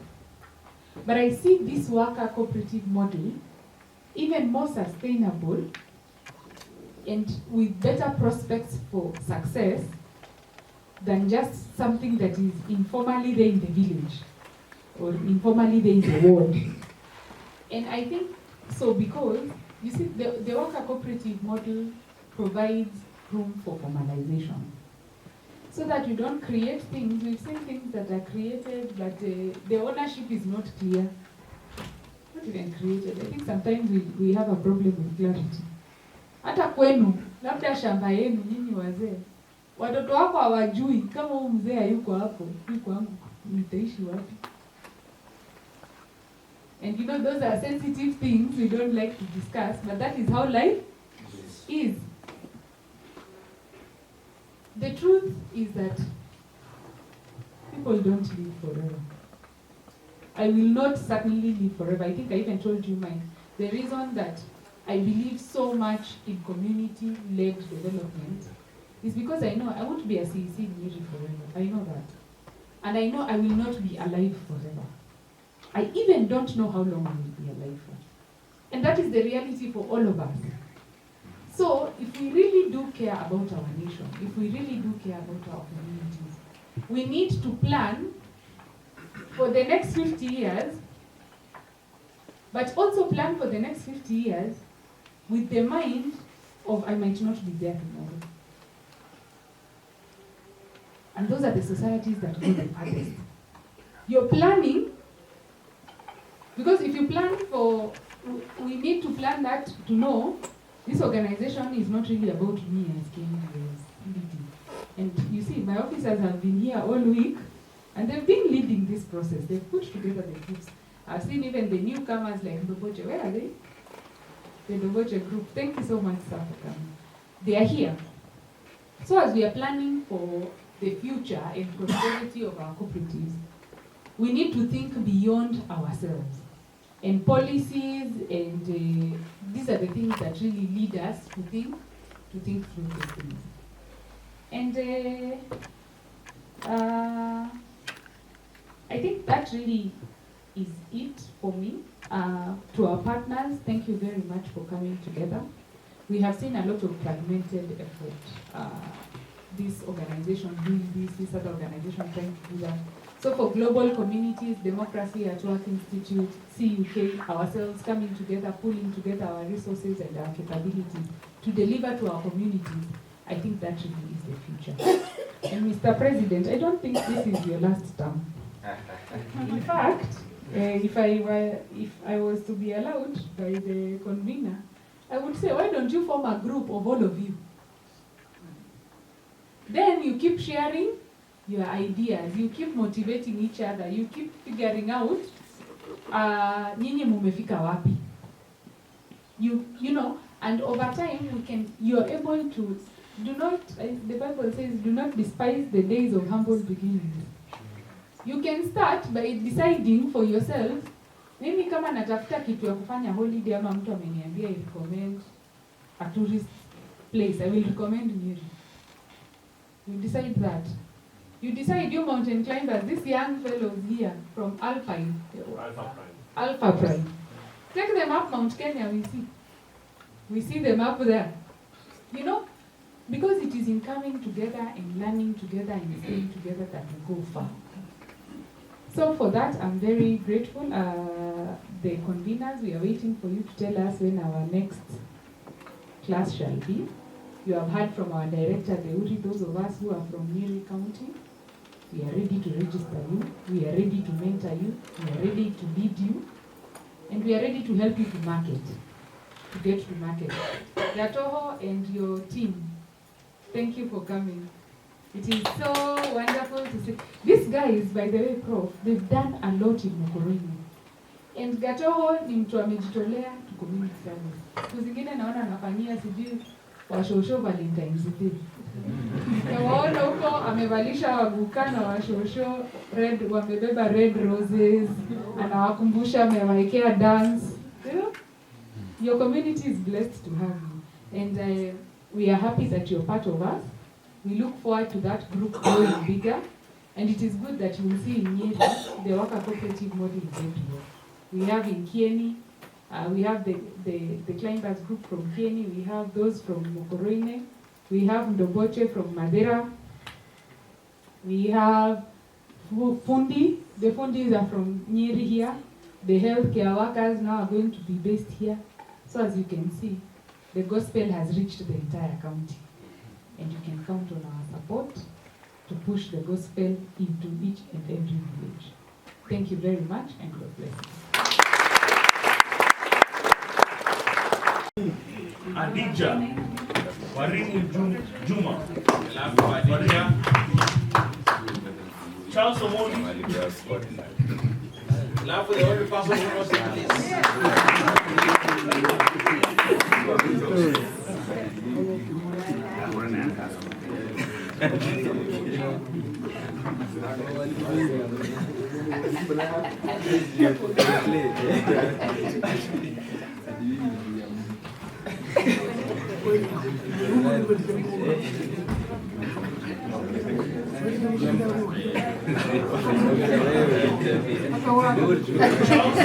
Charles Juguna, love for Charles, Muko Mashari, love for Muko, Alamin.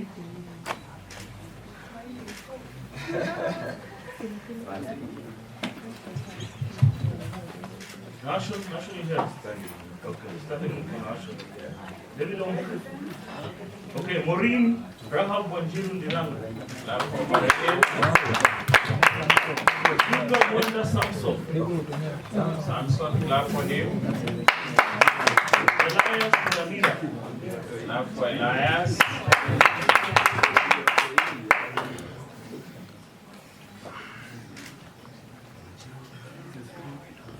Peter Munge Kitonga.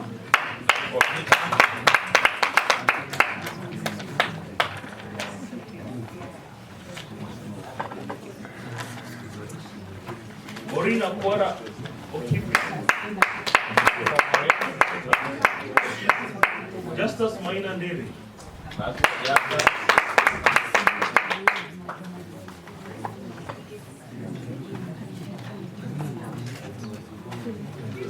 Boris. Kila mtu anapata certificate. Okay, thank you so much for Congratulations on your graduation. Very well done. It is now my privilege to declare this first training of the worker cooperative closed.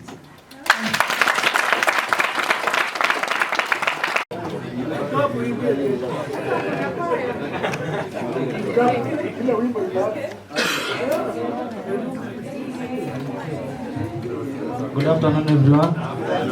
Afternoon once again. I go by the name David Moy, in charge of IT, White Train Hotel. Once again, we want to give this token of appreciation for being with us since day one till today. It is not, we don't take it for granted for you being with us. And we also say, were it not for you, we wouldn't be in business.